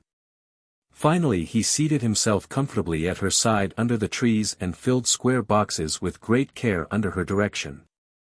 "I never had such a cheerful crowd of cherry pickers before," Mrs. McAllister said at last. "I'd much rather stay out here than go into the house where it is cool." Evidently Mary the cook felt the same way, for she kept coming to the orchard for some reason or other. When the doctor returned at lunchtime his orchard was ringing with laughter, and good-natured barks from Watch, who could not feel easy in his mind with his mistress so high up in a tree where he couldn't follow. "Dar." McAllister paused in the garage long enough to give a sniff to the boiling cherries in the kitchen, and then made his way to the orchard, where he received a warm welcome. "There's no use in your going home to lunch," he smilingly observed, at the same time watching Henry's face carefully. "You can eat right here in the orchard, unless your mother will be worrying about you." This remark met with an astounding silence. Henry was the first to collect his wits. "No, our mother is dead," he said evenly, without embarrassment. It was the doctor who hastened to change the subject he had introduced. "I smelled something when I came in," he said to Benny. "What did it smell like?" inquired Benny. "It smelled like cherry slump," replied the doctor with twinkling eyes. "Cherry what?" asked Jess, struggling down her ladder with a full basket. "I think that's what they call it, slump," repeated Dr. McAllister. "Do you care to try it?" At this moment Mary appeared in the orchard with an enormous tray. And at the first sight of her cookery, nobody cared the least what its name was. It was that rare combination of dumpling beaten with stone cherries, and cooked gently in the juice of the oxheart cherries in a real cherry year. It was steaming in the red juice, with the least suspicion of melted butter over the whole. "Do get 2 more, Mary," begged Mrs. McAllister, laughing. "It tastes so much better under the cherry trees." This was another meal that nobody ever forgot. Even the 2 hired men sitting under another tree devouring the delicious pudding, paused to hear Benny laugh. Nowadays those 2 men sometimes meet Henry, but that's another story. Anyway, they never will forget that cherry slump made by Irish Mary. Almost as soon as lunch was over Benny rolled over on the grass and went to sleep, his head, as usual, on the dog's back. But the others worked on steadily. Mrs. McAllister kept an eye on them from the screened porch without their knowledge. "Just see how those children keep at it," she said to her son. "There is good stuff in them. I should like to know where they come from." Dr. McAllister said nothing. He sauntered out into the orchard when he thought they had worked long enough. He paid them $4 and gave them all the cherries they could carry, although they tried to object. "You see, you're better than most pickers, because you're so cheerful." He noticed that they did not all leave the yard at the same time. When the cherry pickers returned to their little home, they examined everything carefully. Nothing had been disturbed. The door was still shut, and the milk and butter stood untouched in the refrigerator. They made a hilarious meal of raw cherries and bread and butter, and before the stars came out they were fast asleep, happy and dreamless. That evening, very much later, a young man sat in his study with the evening paper. He read the news idly, and was just on the point of tossing the paper aside when this advertisement caught his eye. Lost. For children, aged 13, 12, 10 and 5. Somewhere around the region of Middlesex and Townsend. $5,000 reward for information. James Henry Cordes. "Phew," whistled the young man. James Henry Cordes. He sat in perfect silence for a long time, thinking. Then he went to bed. But long after he had gone upstairs he whistled again, and could have been heard to say if anyone had been awake to hear it, James Henry Cordes. Of all people. The race. The Cordes steel mills stood a little aside from the city of Greenfield, as if they were a little too good to associate with common factories. James Henry Cordes sat in a huge leather chair in his private office. He was a man nearly 60 years of age whose dark brown hair was still untouched by gray. He had rather hard lines around his mouth, but softer ones around his eyes. Printed on the ground glass top of his door were these words in black and gold. J. H. Cordes, President. Private. Once a year J. H. Cordes allowed himself a holiday. If he had a weakness, it was for healthy boys, boys running without their hats, boys jumping, boys throwing rings, boys swimming, boys vaulting with a long pole. And in company with 3 other extremely rich men he arranged, once a year, a field day for the town of Intervale. The men attended it in person, and supplied all the money. This was field day. All through the spring and early summer months, boys were in training for miles around, getting ready for Intervale's field day. And not only boys, but men also, old and young, and girls of all ages into the bargain. Prizes were offered for tennis, baseball, rowing, swimming, running, and every imaginable type of athletic feat. But usually the interest of the day centered on a free-for-all race of 1 mile, which everyone enjoyed, and a great many people entered. A prize of $25 was offered to the winner of this race, and also a silver trophy cup with little wings on its handles. Sometimes this cup was won by a middle-aged man, sometimes by a girl, and sometimes by a trained athlete. Mr. Cordes smiled about his eyes as he closed his desk, ordered his limousine, and went out and locked the door of his office. The mill had been closed down for the day. Everyone attended field day. Henry was washing the concrete drives at Dr. McAllister's at this moment. He heard the doctor call to him from the road, so he promptly turned off the hose and ran out to see what was wanted. "Hop in," commanded the doctor, not stopping his engine. "You ought to go to see the stunts at the athletic meet. It's field day." Henry did not wish to delay the doctor, so he hopped in. "Can't go myself," said Dr. McAllister. "I'll just drop you at the grounds. There's no charge for admittance. You just watch all the events and report to me who wins." Henry tried to explain to his friend that he ought to be working, but there was actually no time. And when he found himself seated on the bleachers and the stunts began, he forgot everything in the world except the exciting events before his eyes. Henry had no pencil, but he had an excellent memory. He repeated over and over the name of each winner as it appeared on the huge signboard. It was nearly 11 o'clock when the free-for-all running race was announced. "What do they mean, free-for-all?" asked Henry of a small boy at his side. "Why, just anybody," explained the boy, curiously. "Didn't you ever see one? Didn't you see the one last year?" No, said Henry. The boy laughed. That was a funny one, he said. There was a college runner in it, and a couple of fat men, and some girls, lots of people. And the little colored boy over there won it. You just ought to have seen that boy run. He went so fast you couldn't see his legs. Beat the college runner, you know. Henry gazed at the winner of last year's race. He was smaller than Henry, but apparently older. In a few minutes Henry had quietly left his place on the bleachers. When the boy turned to speak to him again, he was gone. He had gone, in fact, to the dressing room, where boys of all sizes were putting on sandals and running trunks. A man stepped up to him quickly. Want to enter? He asked. No time to waste. Yes, replied Henry. The man tossed him a pair of white shoes and some blue trunks. He liked the look of Henry's face as he paused to ask in an undertone, Where did you train? Never trained, replied Henry. I suppose you know these fellows have been training all the year, observed the man. You don't expect to win. Oh, no, replied Henry, apparently shocked at the idea. But it's lots of fun to run, you know. He was dressed and ready by this time. How light he felt. He felt as if he could almost fly. Presently the contestants were all marshaled out to the running track. Henry was number 4. Now, Henry had never been trained to run, but the boy possessed an unusual quantity of common sense. It's a mile race, he thought to himself, and it's the second half-mile that counts.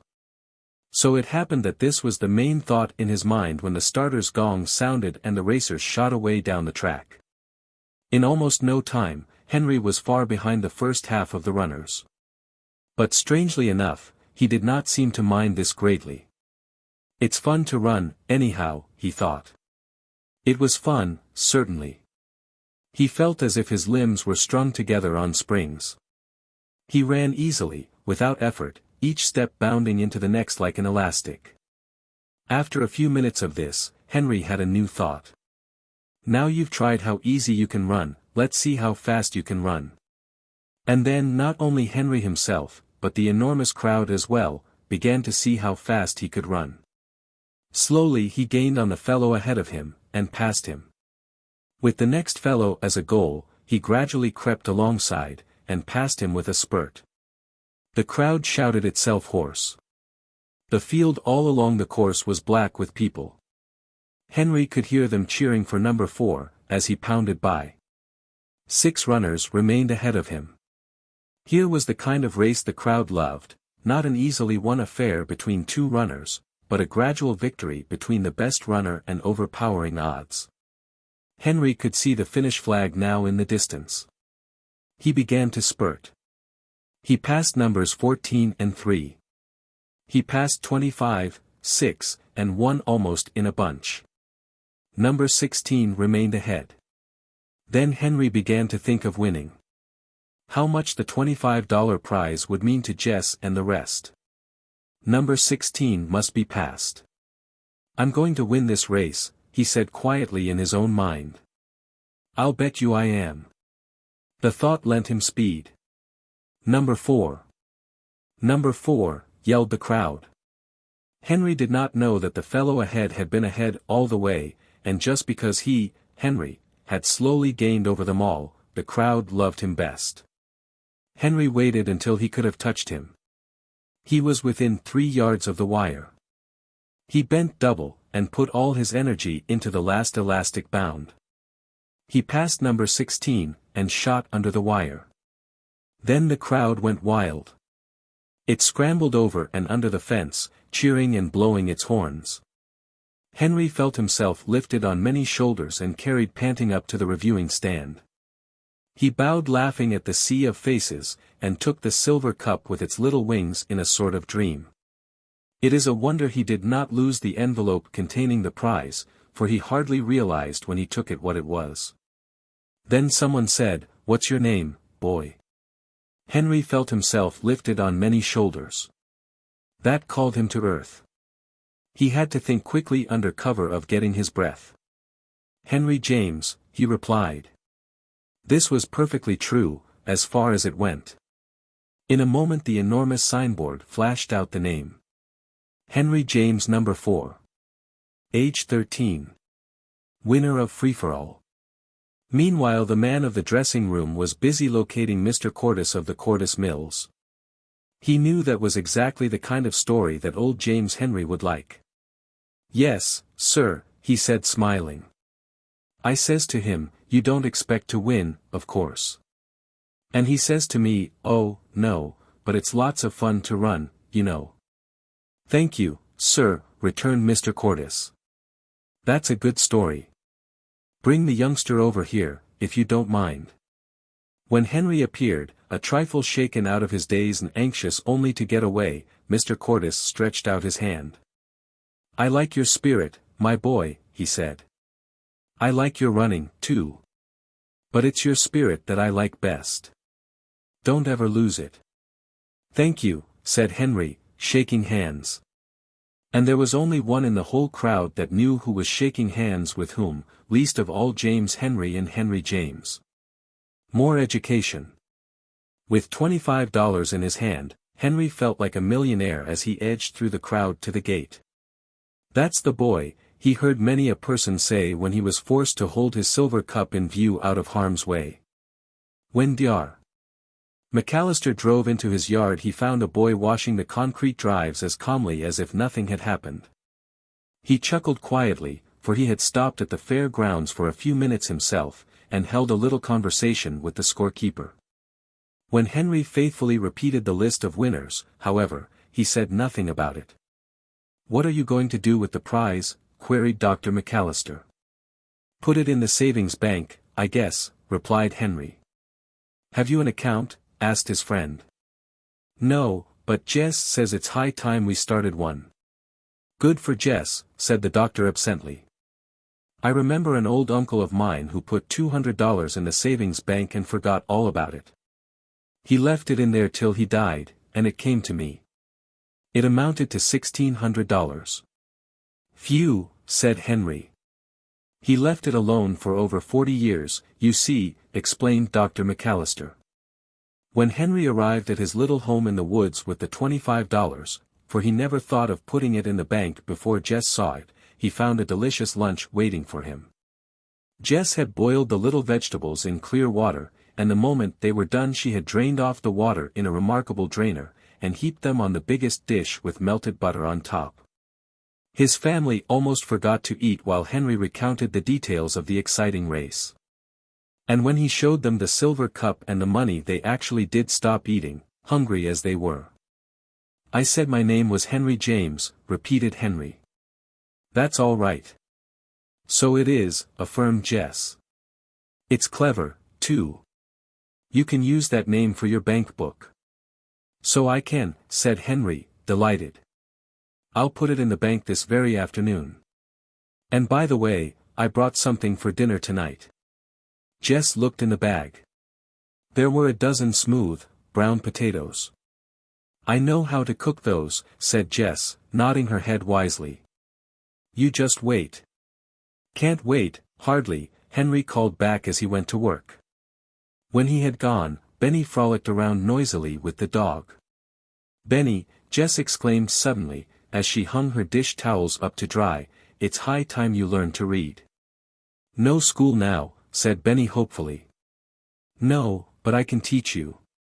If I only had a primer." "Let's make one," suggested Violet, shaking her hair back. "We have saved all the wrapping paper off the bundles, you know." Jess was staring off into space, as she always did when she had a bright idea. "Violet," she cried at last, "remember those chips? We could whittle out letters like type, make each letter backwards, you know. And stamp them on paper," finished Violet. "There would be only 26 in all." "It wouldn't be awfully hard," said Jess. "We wouldn't bother with capitals. What could we use for ink?" Violet wondered, wrinkling her forehead. "Blackberry juice," cried Jess. The two girls clapped their hands.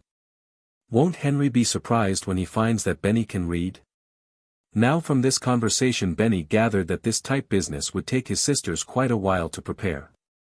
So he was not much worried about his part of the work. In fact, he sorted out chips very cheerfully and watched his teachers with interest as they dug carefully around the letters with the 2 knives. "We'll teach him 2 words to begin with," said Jess. "Then we won't have to make the whole alphabet at once. Let's begin to teach him C." "That's easy," agreed Violet. "And then we won't have to make but 2 letters, S and E." "And the other word will be me," cried Jess. "So only 3 pieces of type in all, Violet." Jess cut the wiggly S, because she had the better knife, while Violet struggled with the E. Then Jess cut a wonderful M while Violet sewed the primer down the back, and gathered a cupful of blackberries.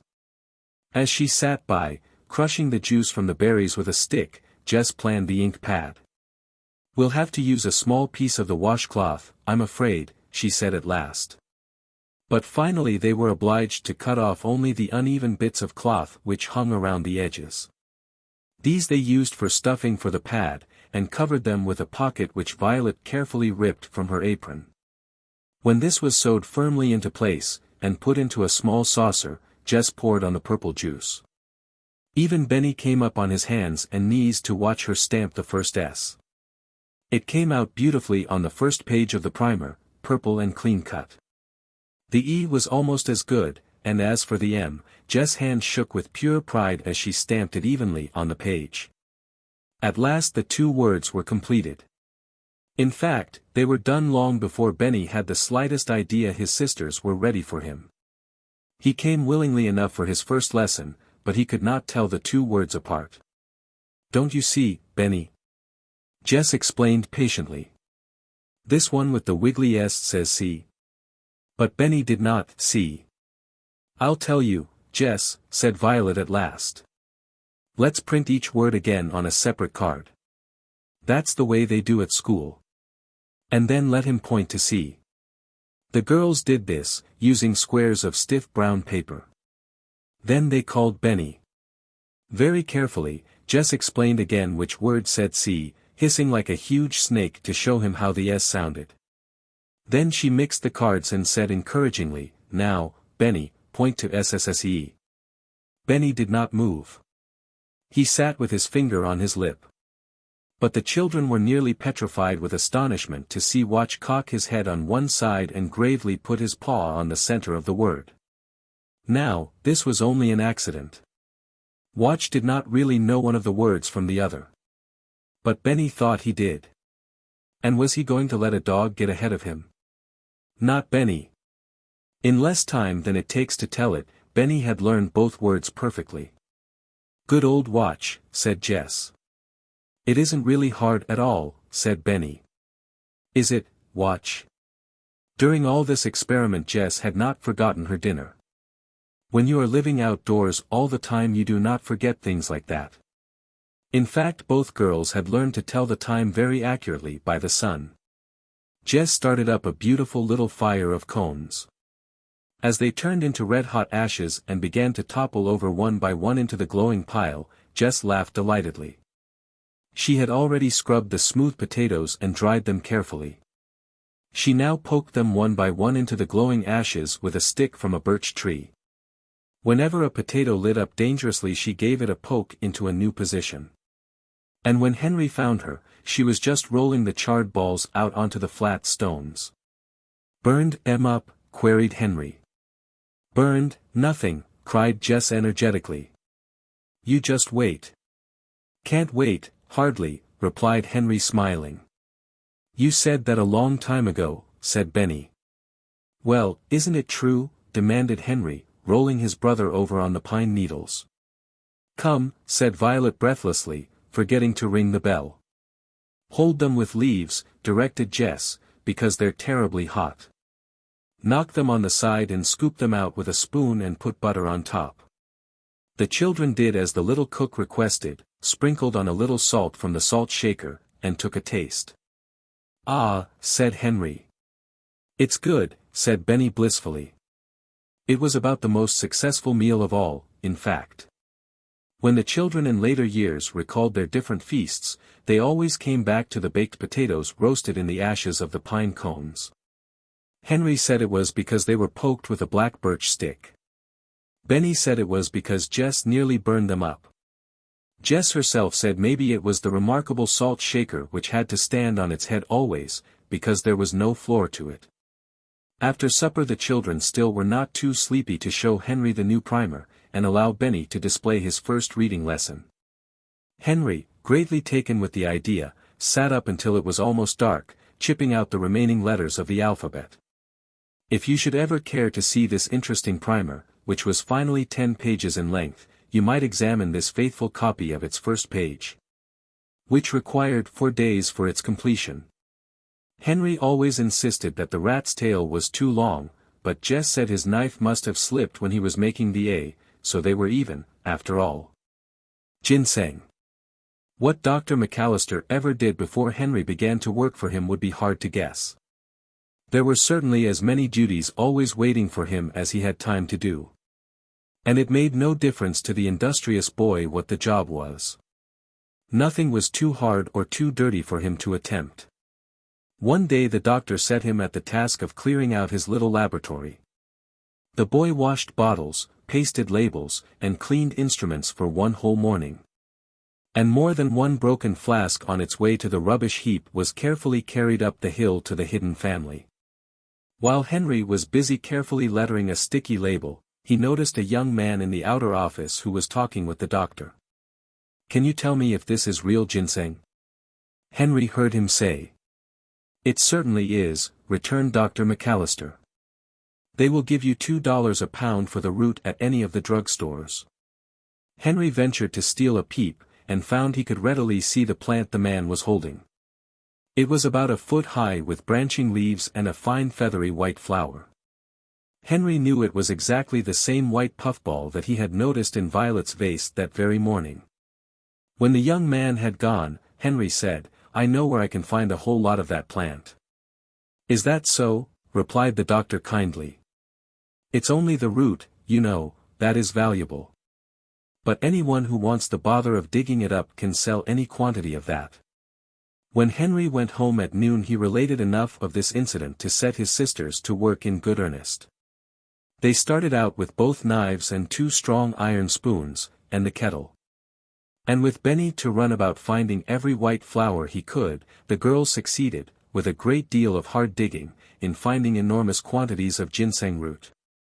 In fact that first afternoon's work resulted in a kettle full, not counting a single leaf or stem. Henry was delighted when he saw the result of their work, and took it next day to the largest drugstore, where he received $3 for the roots.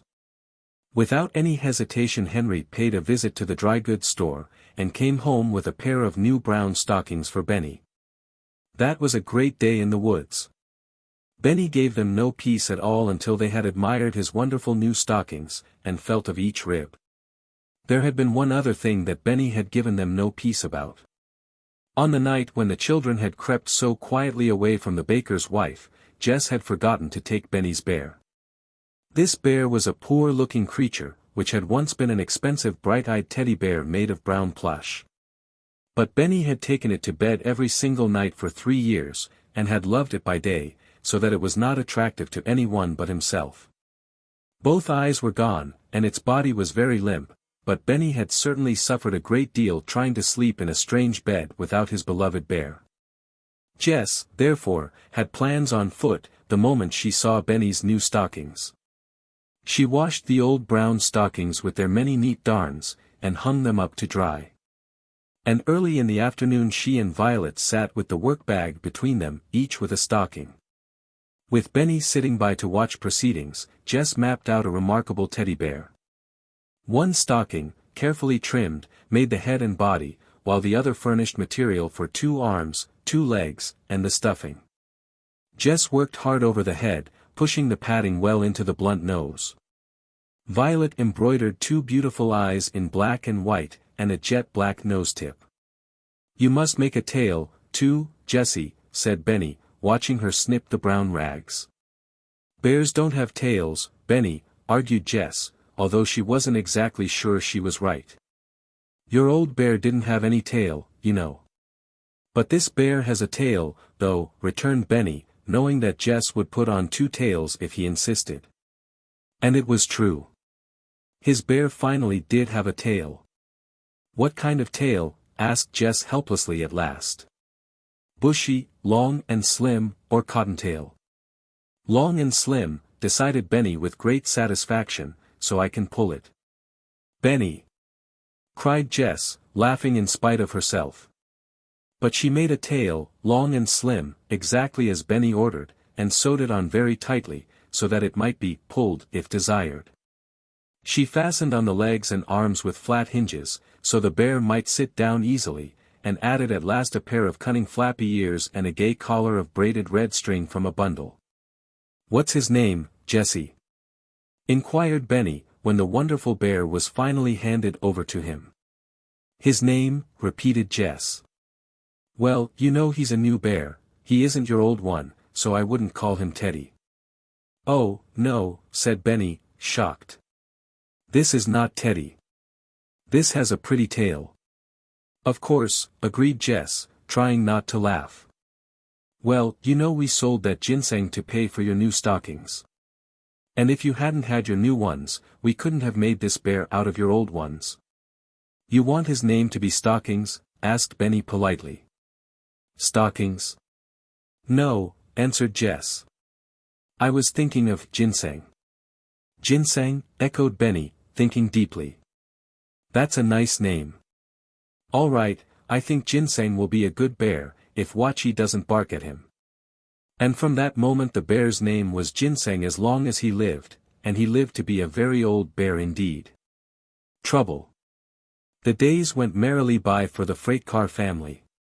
Hardly a day passed, however, without some exciting adventure. Mrs.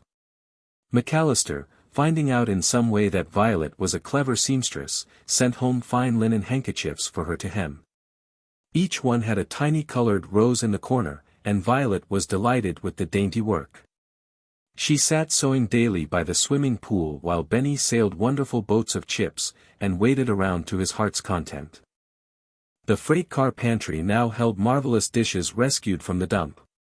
Such rarities as a regular bread knife, a blue and gold soap dish, and half of a real cut glass bowl. Henry proudly deposited $31 in the savings bank under the name of Henry James, and worked eagerly for his kind friend, who never asked him any more embarrassing questions.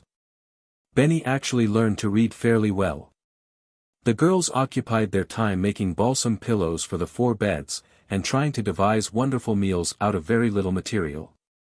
Violet kept a different bouquet daily in the little vase. She had a perfect genius for arranging 3 purple irises to look like a picture, or a single wood lily with its leaves like a Japanese print. Each day the children enjoyed a cooked dinner, filling in the chinks with perfect satisfaction with bread and butter, or bread and milk, or bread and cheese. They named their queer house, Home for Tramps, and printed this title in fancy lettering inside the car. One day Jess began to teach Benny a little arithmetic. He learned very readily that 2 and 1 make 3. I knew that before, he said cheerfully. But it was a different matter when Jess proposed to him that 2 minus 1 left 1. No, it does not left 1, said Benny indignantly. It left 2. Why, Benny, cried Jess in astonishment. Supposing you had 2 apples and I took away 1, wouldn't you have 1 left? You never would, objected Benny with confidence. No, but supposing Watch took 1, suggested Jess. One day the stranger was allowed to see Violet. Watchy wouldn't take 1, neither, said Benny. Would you, doggy? Watch opened one eye and wagged his tail. Jess looked at Violet in despair. What shall I do with him? She asked. Violet took out her chalk and printed clearly on the outside of the freight car the following example. 2 to 1 equals. Now, Benny, don't you see, she began, that if you have 2 things, and somebody takes away 1, that you must have 1 left? I'll show you myself, agreed Benny finally with resignation. Now see the 2. He actually made a respectable figure 2 on the freight car. Now, here's a nice one. Now, supposin' I take away the one, don't you see the two's left right on the car? He covered the figure one with his chubby hand and looked about at his audience expectantly. Jess rolled over against a tree trunk and laughed till she nearly cried. Violet laughed until she really did cry. And here we come to the first unpleasant incident in the story of the runaway children. Violet could not stop crying, apparently, and Jess soon made up her mind that she was really ill.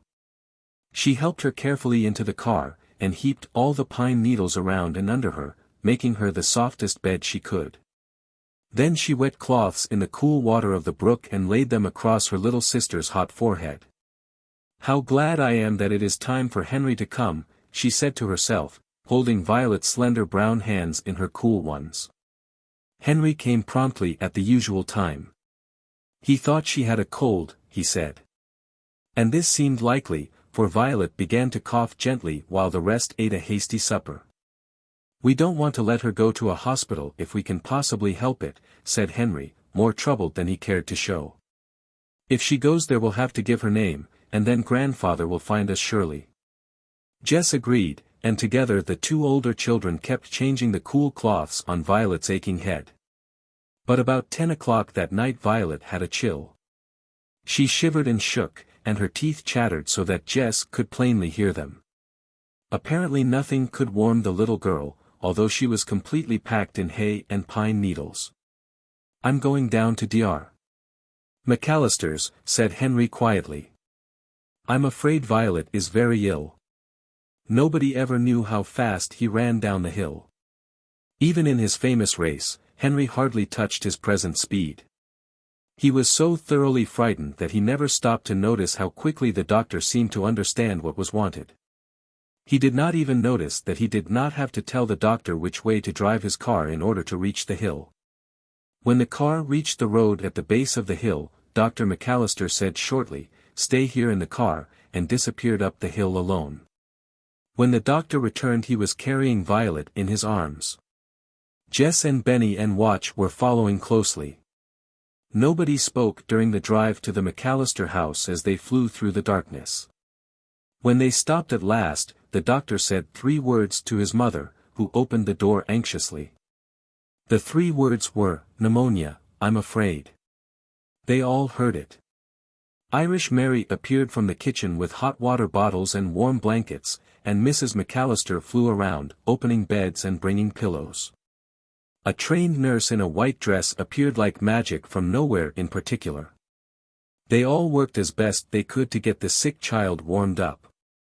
Soon the hot blankets, hot water, and steaming drinks began to take effect and the shivering stopped. Mrs. McAllister left the sick room then, to attend to the other children. Henry and Benny were left in a large spare room with a double bed. Jess was put in a little dressing room just out of Mrs. McAllister's own room. Upon receiving assurances that Violet was warm again, they went to sleep. But Violet was not out of danger, for she soon grew as hot as she had been cold. And the doctor never left her side until 10 o'clock the next morning. Violet, although very ill, did not have pneumonia. At about 9 o'clock the doctor had a visitor. It was a man who said he would wait. He did wait in the cool front parlor for over half an hour. Then Benny drifted in. "Where is the doctor?" asked the man sharply of Benny. "He's upstairs," answered Benny readily. "This means a lot of money to him, if he only knew it," said the visitor impatiently. "Oh, that wouldn't make any difference," Benny replied with great assurance as he started to go out again. But the man caught him. "What do you mean by that, Sonny?" he asked curiously. "What's he doing?" "He's taking care of my sister Violet. She's sick." "And you mean he wouldn't leave her even if I gave him a lot of money?" "Yes, that's it," said Benny politely. "That's what I mean." The visitor seemed to restrain his impatience with a great effort. "You see, I've lost a little boy somewhere," he said. "The doctor knows where he is, I think. He would be about as old as you are." "Well, if you don't find him, you can have me, I shouldn't wonder," observed Benny comfortingly. "I like you." "You do?" said the man in surprise. That's because you've got such a nice, soft suit on, explained Benny, stroking the man's knee gently. The gentleman laughed heartily. No, I guess it's because you have such a nice, soft laugh, said Benny, changing his mind. The fact was that Benny himself did not know why he liked this stranger who was so gruff at times and so pleasant at others. He finally accepted the man's invitation and climbed into his lap to see his dog's picture in his watch, feeling of the nice soft suit on the way. The doctor found him here when he came down at 10 o'clock. Better go and find watch, Benny, suggested the doctor. Perhaps someday I'll come again, observed Benny to his new friend. I like your dog, and I'm sorry he's dead. With that he scampered off to find watch, who was very much alive. I expected you, Mr. Cordis, said the doctor smiling, only not quite so soon. I came the moment I heard your name hinted at, said James Cordis. My chauffeur heard 2 workmen say that you knew where my 4 grandchildren were. That's all I waited to hear. Is it true? And where are they? That was one of them, said the doctor quietly. That was one of them, repeated the man. That beautiful little boy? Yes, he is beautiful, assented Dr. McAllister. They all are. The only trouble is, they're all frightened to death to think of your finding them. How do you know that? Said Mr. Cordis, sharply.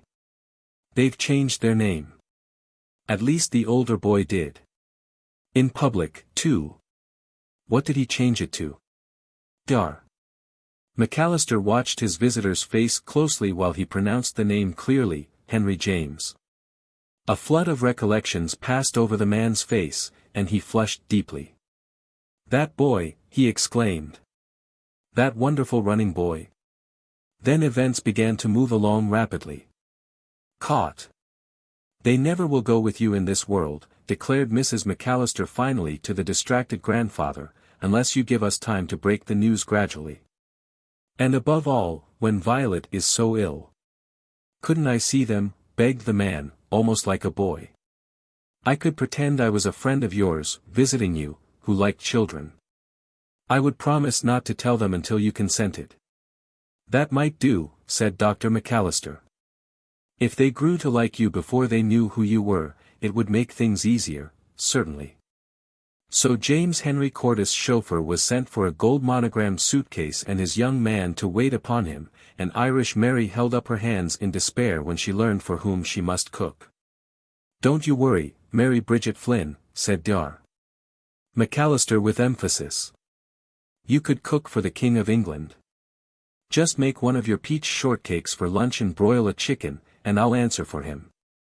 When lunchtime came, J.H. Cordis saw all his grandchildren except Violet.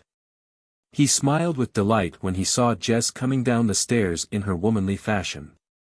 Henry shook hands with him before he sat down, but he kept glancing at the stranger all through the meal. Where have I seen that man before, he thought. Mrs. McAllister had given the children's names clearly when she introduced them, Jess, Benny, and Henry. Henry James, she had added. But she had not added the man's name. She forgot, thought Jess. Because she knows him so well, she thinks we do. But although nameless, the stranger caught their attention. He told them wonderful stories about a steel rail which held up an entire bridge until the people had time to get off, about his collie dog, about a cucumber in his garden, growing inside of a glass bottle. Henry was interested. Benny was fascinated. I'd like to see the cucumber, said Benny, pausing in the middle of his shortcake.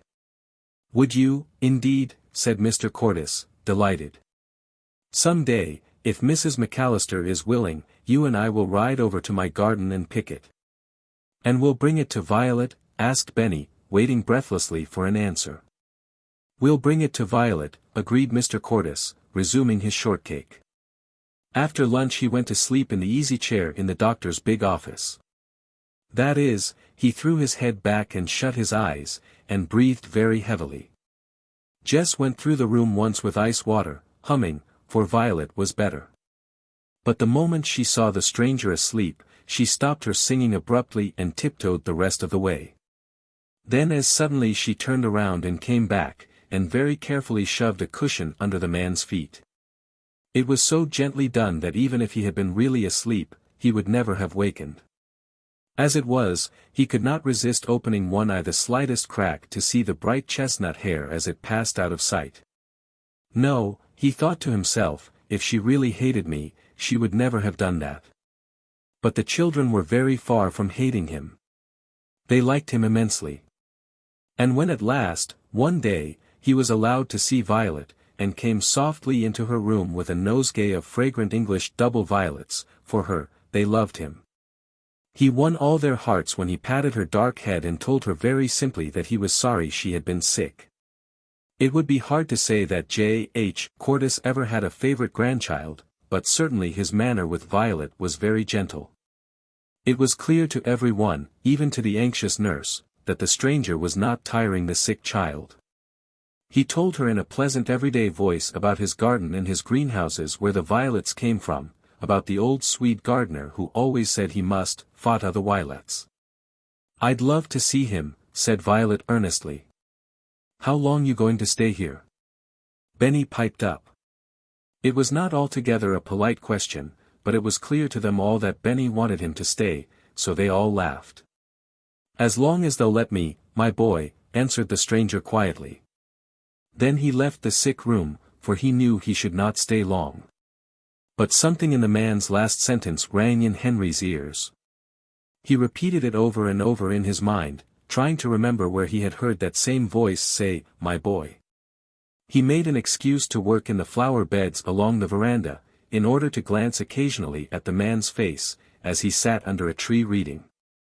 Often Henry thought he had caught hold of his truant memory.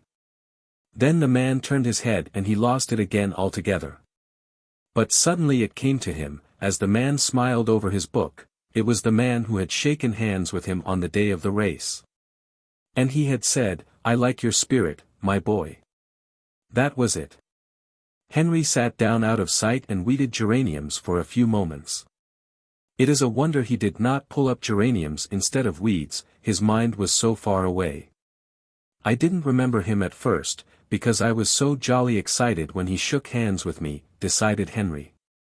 Then he was apparently thunderstruck afresh. He sat with his weeder on his knee and his mouth open. "He's the man who passed me the cup with the wings." He stole another look around the corner, and this satisfied him.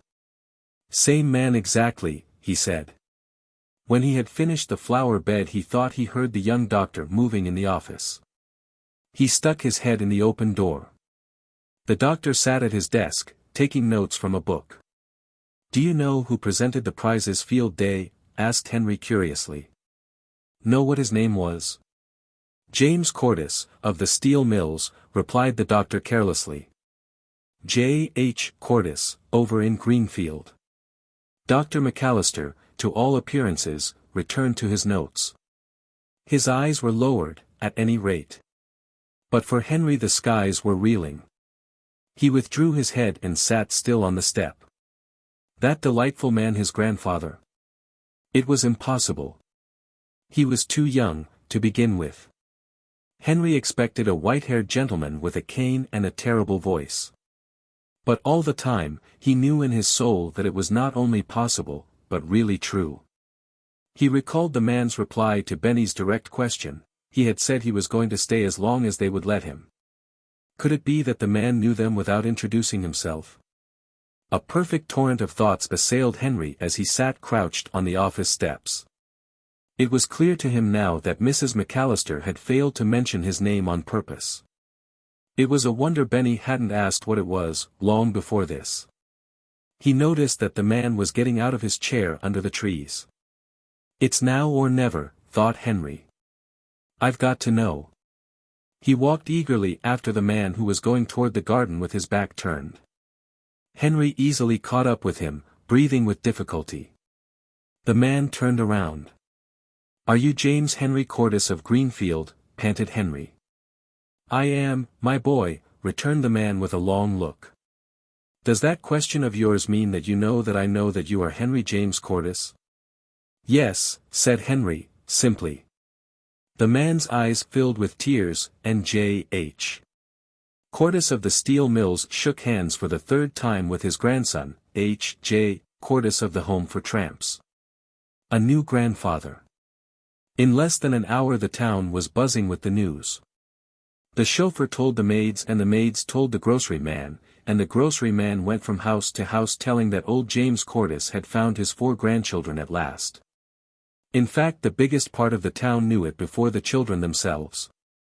Jess and Benny came across the lawn to select some white moonflowers for Violet's tray. They were just in time to hear Henry say, "But, grandfather." "Grandfather?" echoed Jess, whirling around to gaze at them. "Yes, Jess," said Henry eagerly. "He's the man we've been running away from all this time." "I thought you was old," observed Benny. "An AWFLY cross." Jess said so. "I didn't know, Benny," said Jess turning pink. "To think of running away from this kind friend." But her grandfather did not seem to mind. He stroked her short silky hair and proposed that they all go up into Violet's room with the moonflowers. There was no stopping Benny. He rushed into Violet's room, dragging his grandfather by one hand, and shouting, "It's grandfather, Violet, and he's nice, after all, I shouldn't wonder." When Violet at last understood just what Benny was trying to tell, she was perfectly happy to rest against her ruffled pillows with one hand curled about her grandfather's arm, and listen to the rest. "Where have you been living?" demanded Mr. Cordes at last. The whole company looked at each other, even Dr. McAllister and his mother. Then they all laughed as if they never would stop. "You just ought to see," observed Dr. McAllister, wiping his eyes. "What?" said the children all at once. "You never saw it in the daytime." "You don't mean it," returned the doctor, teasing them. "I have seen it quite a number of times in the daytime."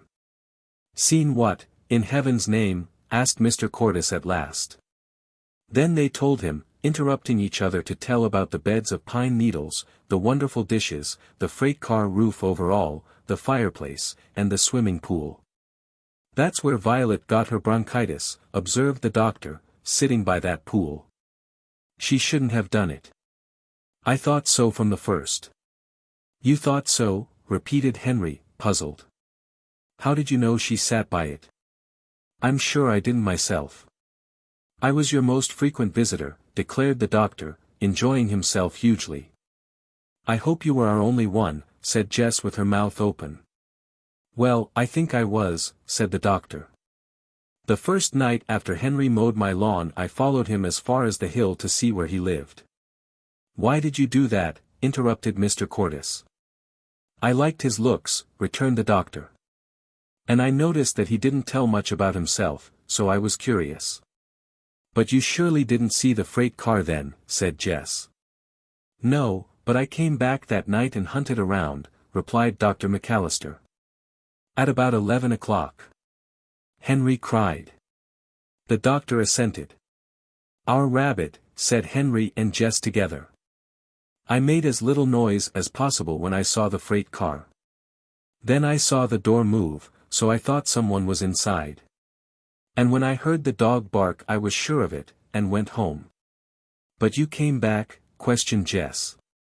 "Yes, every time I knew all of you were safe in my garden, I made you a little visit, just to be sure you were having enough to eat and enough dishes." The doctor laughed. "When I found you had a strainer, and a vase of flowers, and a salt shaker, and a cut-glass punch bowl, I stopped worrying." "Didn't you suspect they were my children?" demanded Mr. Cordes. "Didn't you see my advertisement?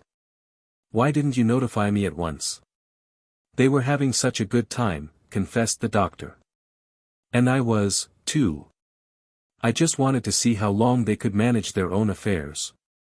It was all tremendously interesting." "Why, that boy and girl of yours are born business managers, Mr. Cordes." Mr. Cordes took note of this. "But I don't see, yet, how you knew Violet sat by the pool," said Jess curiously. "You couldn't know that, of course," replied the doctor. "I went up twice when I knew Henry had taken the dog down to my barn to catch rats. I hid behind the big white rock with the flat top. That's Lookout Rock, explained Jess, where we used to let Benny watch for Henry. But we didn't hear you. No, said Dr. McAllister. I didn't even snap a twig those times. But I had the very best time when I went with Mother. Have you seen it, too? Cried the children. I have, indeed, returned Mrs. McAllister. I have even had a drink from your well. Everyone has seen it but me, said Mr. Cordes patiently. We'll show it to you, screamed Benny. And I'll show you my wheels made on a cart, and my bed out of hay, and my pink cup. Good for you, Benny, said Mr. Cordes, pleased. When Violet gets well, we'll all go up there, and if you'll show me your house, I'll show you mine. Have you got a house? Asked Benny in surprise. Yes. You can live there with me, if you like it, replied Mr. Cordes. I have been looking for you for nearly 2 months. Under Mrs. McAllister's wonderful care, Violet soon became strong again. But she had been skipping around the garden for several days before the doctor would allow the visit to the freight car house. When at last the whole party started out in the great limousine, many people looked out of their windows to watch after Mr. Cordes and his grandchildren. Many of them knew Henry as the boy who won the race, and were glad that he had found such a friend. But when the children reached their beloved home they were like wild things. Watch capered about furiously, taking little swims in the pool and sniffing at all the dear old familiar things. Mr. Cordes seated himself on a rock and watched them all, exchanging a glance now and then with Mrs. McAllister and her son. See our building, shouted Benny, for that was what he always called the fireplace. It burns really, too. And this is the well, and this is the dishpan, and this is the refrigerator. At last everyone climbed into the car itself, and Mr. Cordes saw the beds, the cash account on the wall, the wonderful shelf, and each separate dish. Each dish had a story of its own. That's more than my dishes have, observed Mr. Cordes. Mrs. McAllister, who knew what his dishes were, was silent. They ate chicken sandwiches on the very same tablecloth, and Benny drank from his pink cup, and Watch couldn't understand why they went away at all. But it was a trifle cool on the hill now when the sun began to sink, and after rolling the door shut, they left regretfully. Tomorrow, suggested Mr. Cordes, as they drove home, will you all come and see my house? Oh, yes, agreed the children happily, little dreaming what was in store for them on the next day and all the days to come. A united family. Mr. Cordes had been planning this day for more than a week. He had sent his most trusted foreman to his own beautiful home, to superintend matters there. The house was being remodeled entirely, after Mr. Cordes' own plans, and everywhere were carpenters, painters and decorators. On the very day that Mr. Cordes received word that it was finished, he suggested the drive. Do you live all alone, grandfather? Asked Benny. All alone, answered Mr. Cordes. No company at all. At first Benny did not consider this the exact truth. He considered a cook company, and also a butler, and a housekeeper. And when he saw the array of maids he kept perfectly quiet. The house was enormous, certainly. It was at least 1/4 of a mile from its own front gate, and everywhere were gardens. Do you live here? Said Henry, thunderstruck, as they rolled quietly along the beautiful drive. You do, too, if you like it, observed his grandfather, watching his face. The inside of the house was more wonderful than even the older children had ever dreamed. The velvet rugs were so thick and soft that no footfall could be heard. Everywhere were flowers. The great stairway with steps of marble rose from the center of the big hallway. But it was upstairs that the children felt most at home. Here the rooms were not quite so large. They were sunny and homelike. This is Violet's room, cried Benny. It was unmistakable. There were violets on the wallpaper. The bed was snow white with a thick quilt of violet silk. On the little table were English violets, pouring their fragrance into the room. What a beautiful room, sighed Violet, sinking down into one of the soft cushioned chairs. But all the children shouted when they saw Benny's room. The wallpaper was blue, covered with large figures of cats and dogs, the 3 bears, and Peter Rabbit. There was a swinging rocking horse, nearly as large as a real horse, a blackboard, a tool chest, and low tables and chairs exactly the right size for Benny. There was an electric train with cars nearly as large as the little boy himself. "Can I run the cars all day?" asked Benny. "Oh, no," replied Henry quickly. "You're going to school as soon as it begins." This was the first that his grandfather had heard about school, but he agreed with Henry, and chuckled to himself. "The finest schools in the country," he said. This came true, for all the children finally went to the public schools, and are they not the finest schools in the country? In Jess' room Benny discovered a bed for Watch. It was, in fact, a regular dog straw hamper, but it was lined with heavy quilted silk and padded with wool. Watch got in at once, sniffed in every corner, turned around 3 times, and lay down. Just then a distant doorbell rang. It had such a low, musical chime that the children listened delightedly, never once giving a thought as to who it might be. But almost at once a soft-footed servant appeared, saying that a man wanted to see Mr. Cordis, about the dog. The moment Jess heard that word, dog, she was frightened. She had never thought Watch a common runaway dog, and it always made her uncomfortable to see passers-by gaze curiously at him as he ran by her side. "They won't take Watch away," she whispered to Henry, her breath almost gone. "Indeed they will not," declared Henry. "We'll never, never give him up." However, Henry followed his grandfather and Jess with great anxiety.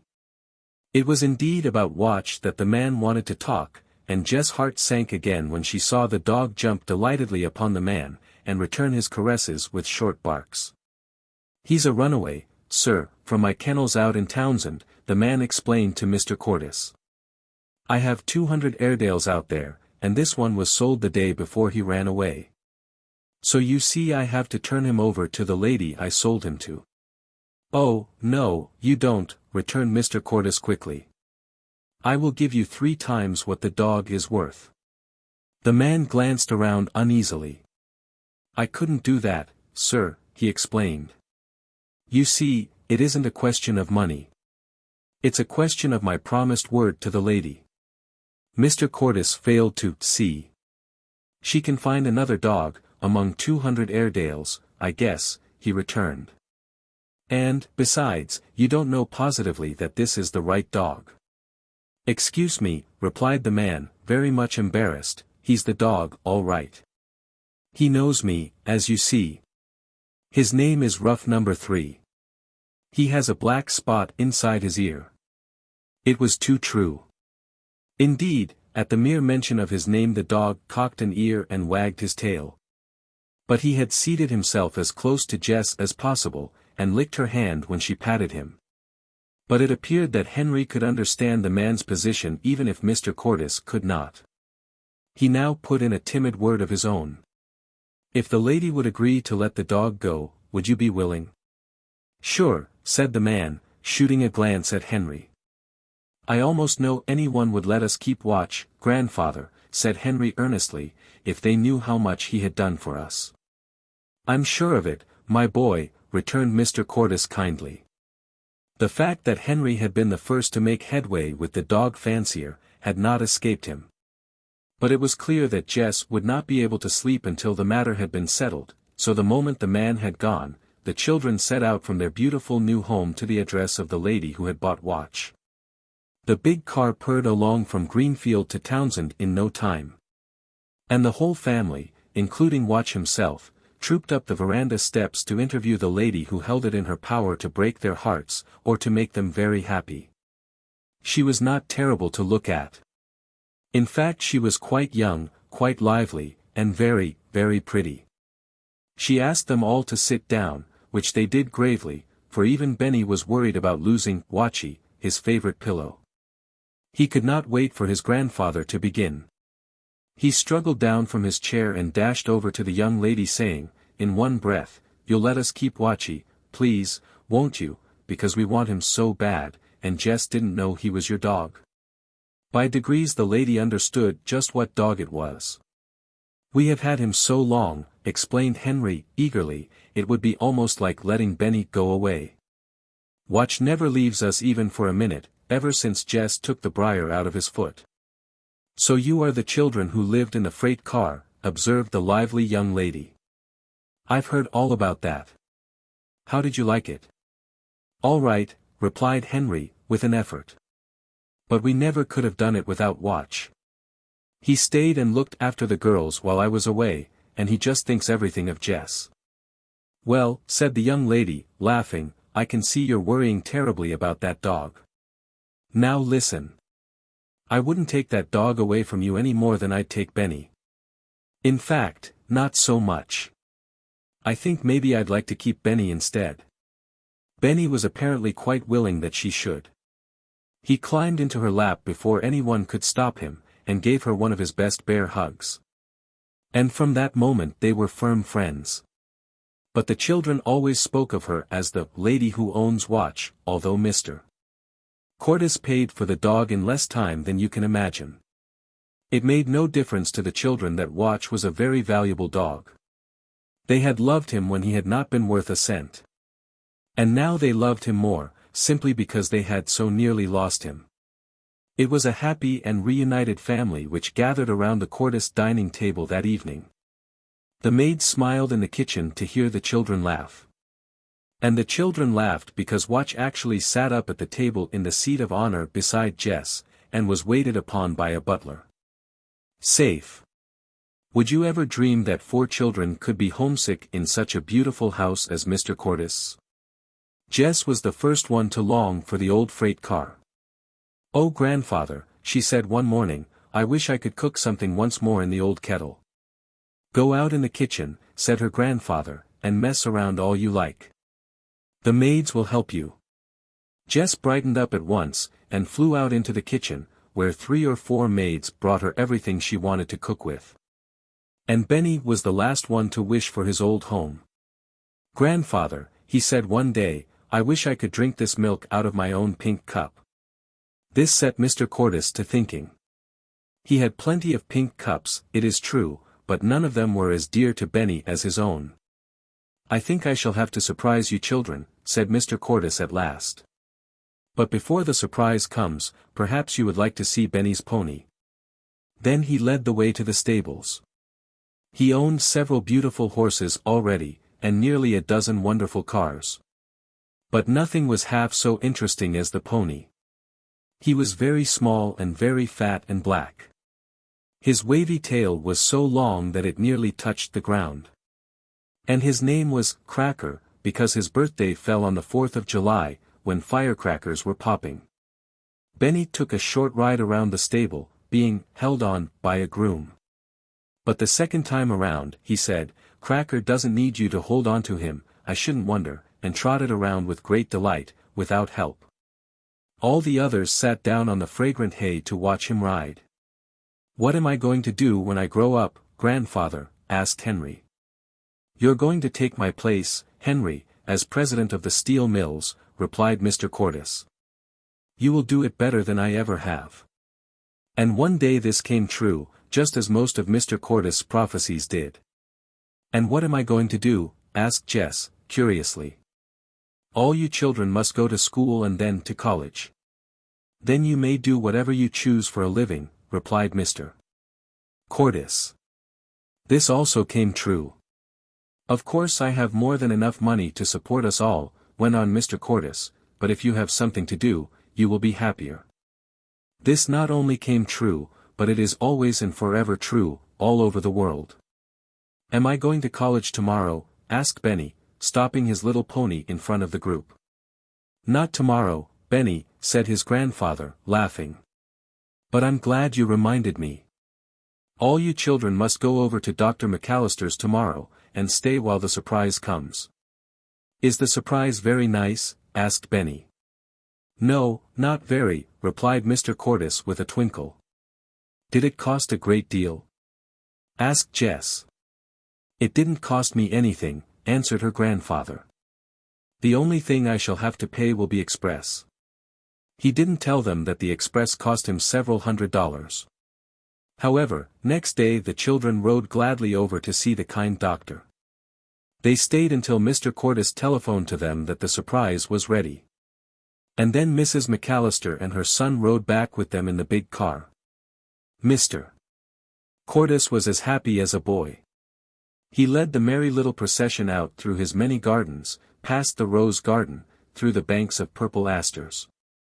Then they came to an Italian garden with a fountain in the middle, and a shady little wood around the edge. Among the trees was the surprise. It was the old freight car.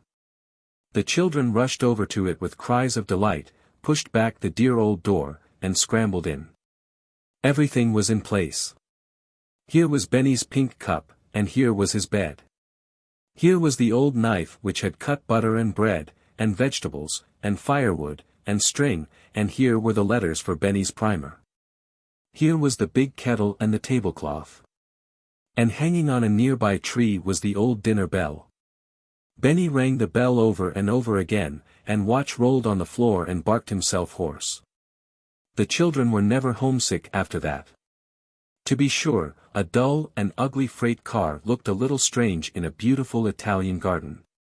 But it was never dull or ugly to the Cordes children or their dog. They never were so happy as when showing visitors each beauty of their beloved old home. And there were many visitors. Some of them were fascinated by the stories of the wonderful dishes and the shelf. And the children never grew tired of telling them over and over again. One summer day, many years afterward, Watch climbed out of his beautiful padded silk bed, and barked until Henry lifted him into the freight car. There he lay down on the hard, splintery floor, blinking his eyes in the sun, and watching the children as they sat studying by the fountain. "He likes the old home best," said Jess Cordes, smiling at him and patting his rough back. "And as Benny would say, if he hadn't grown up, that's true, I shouldn't wonder."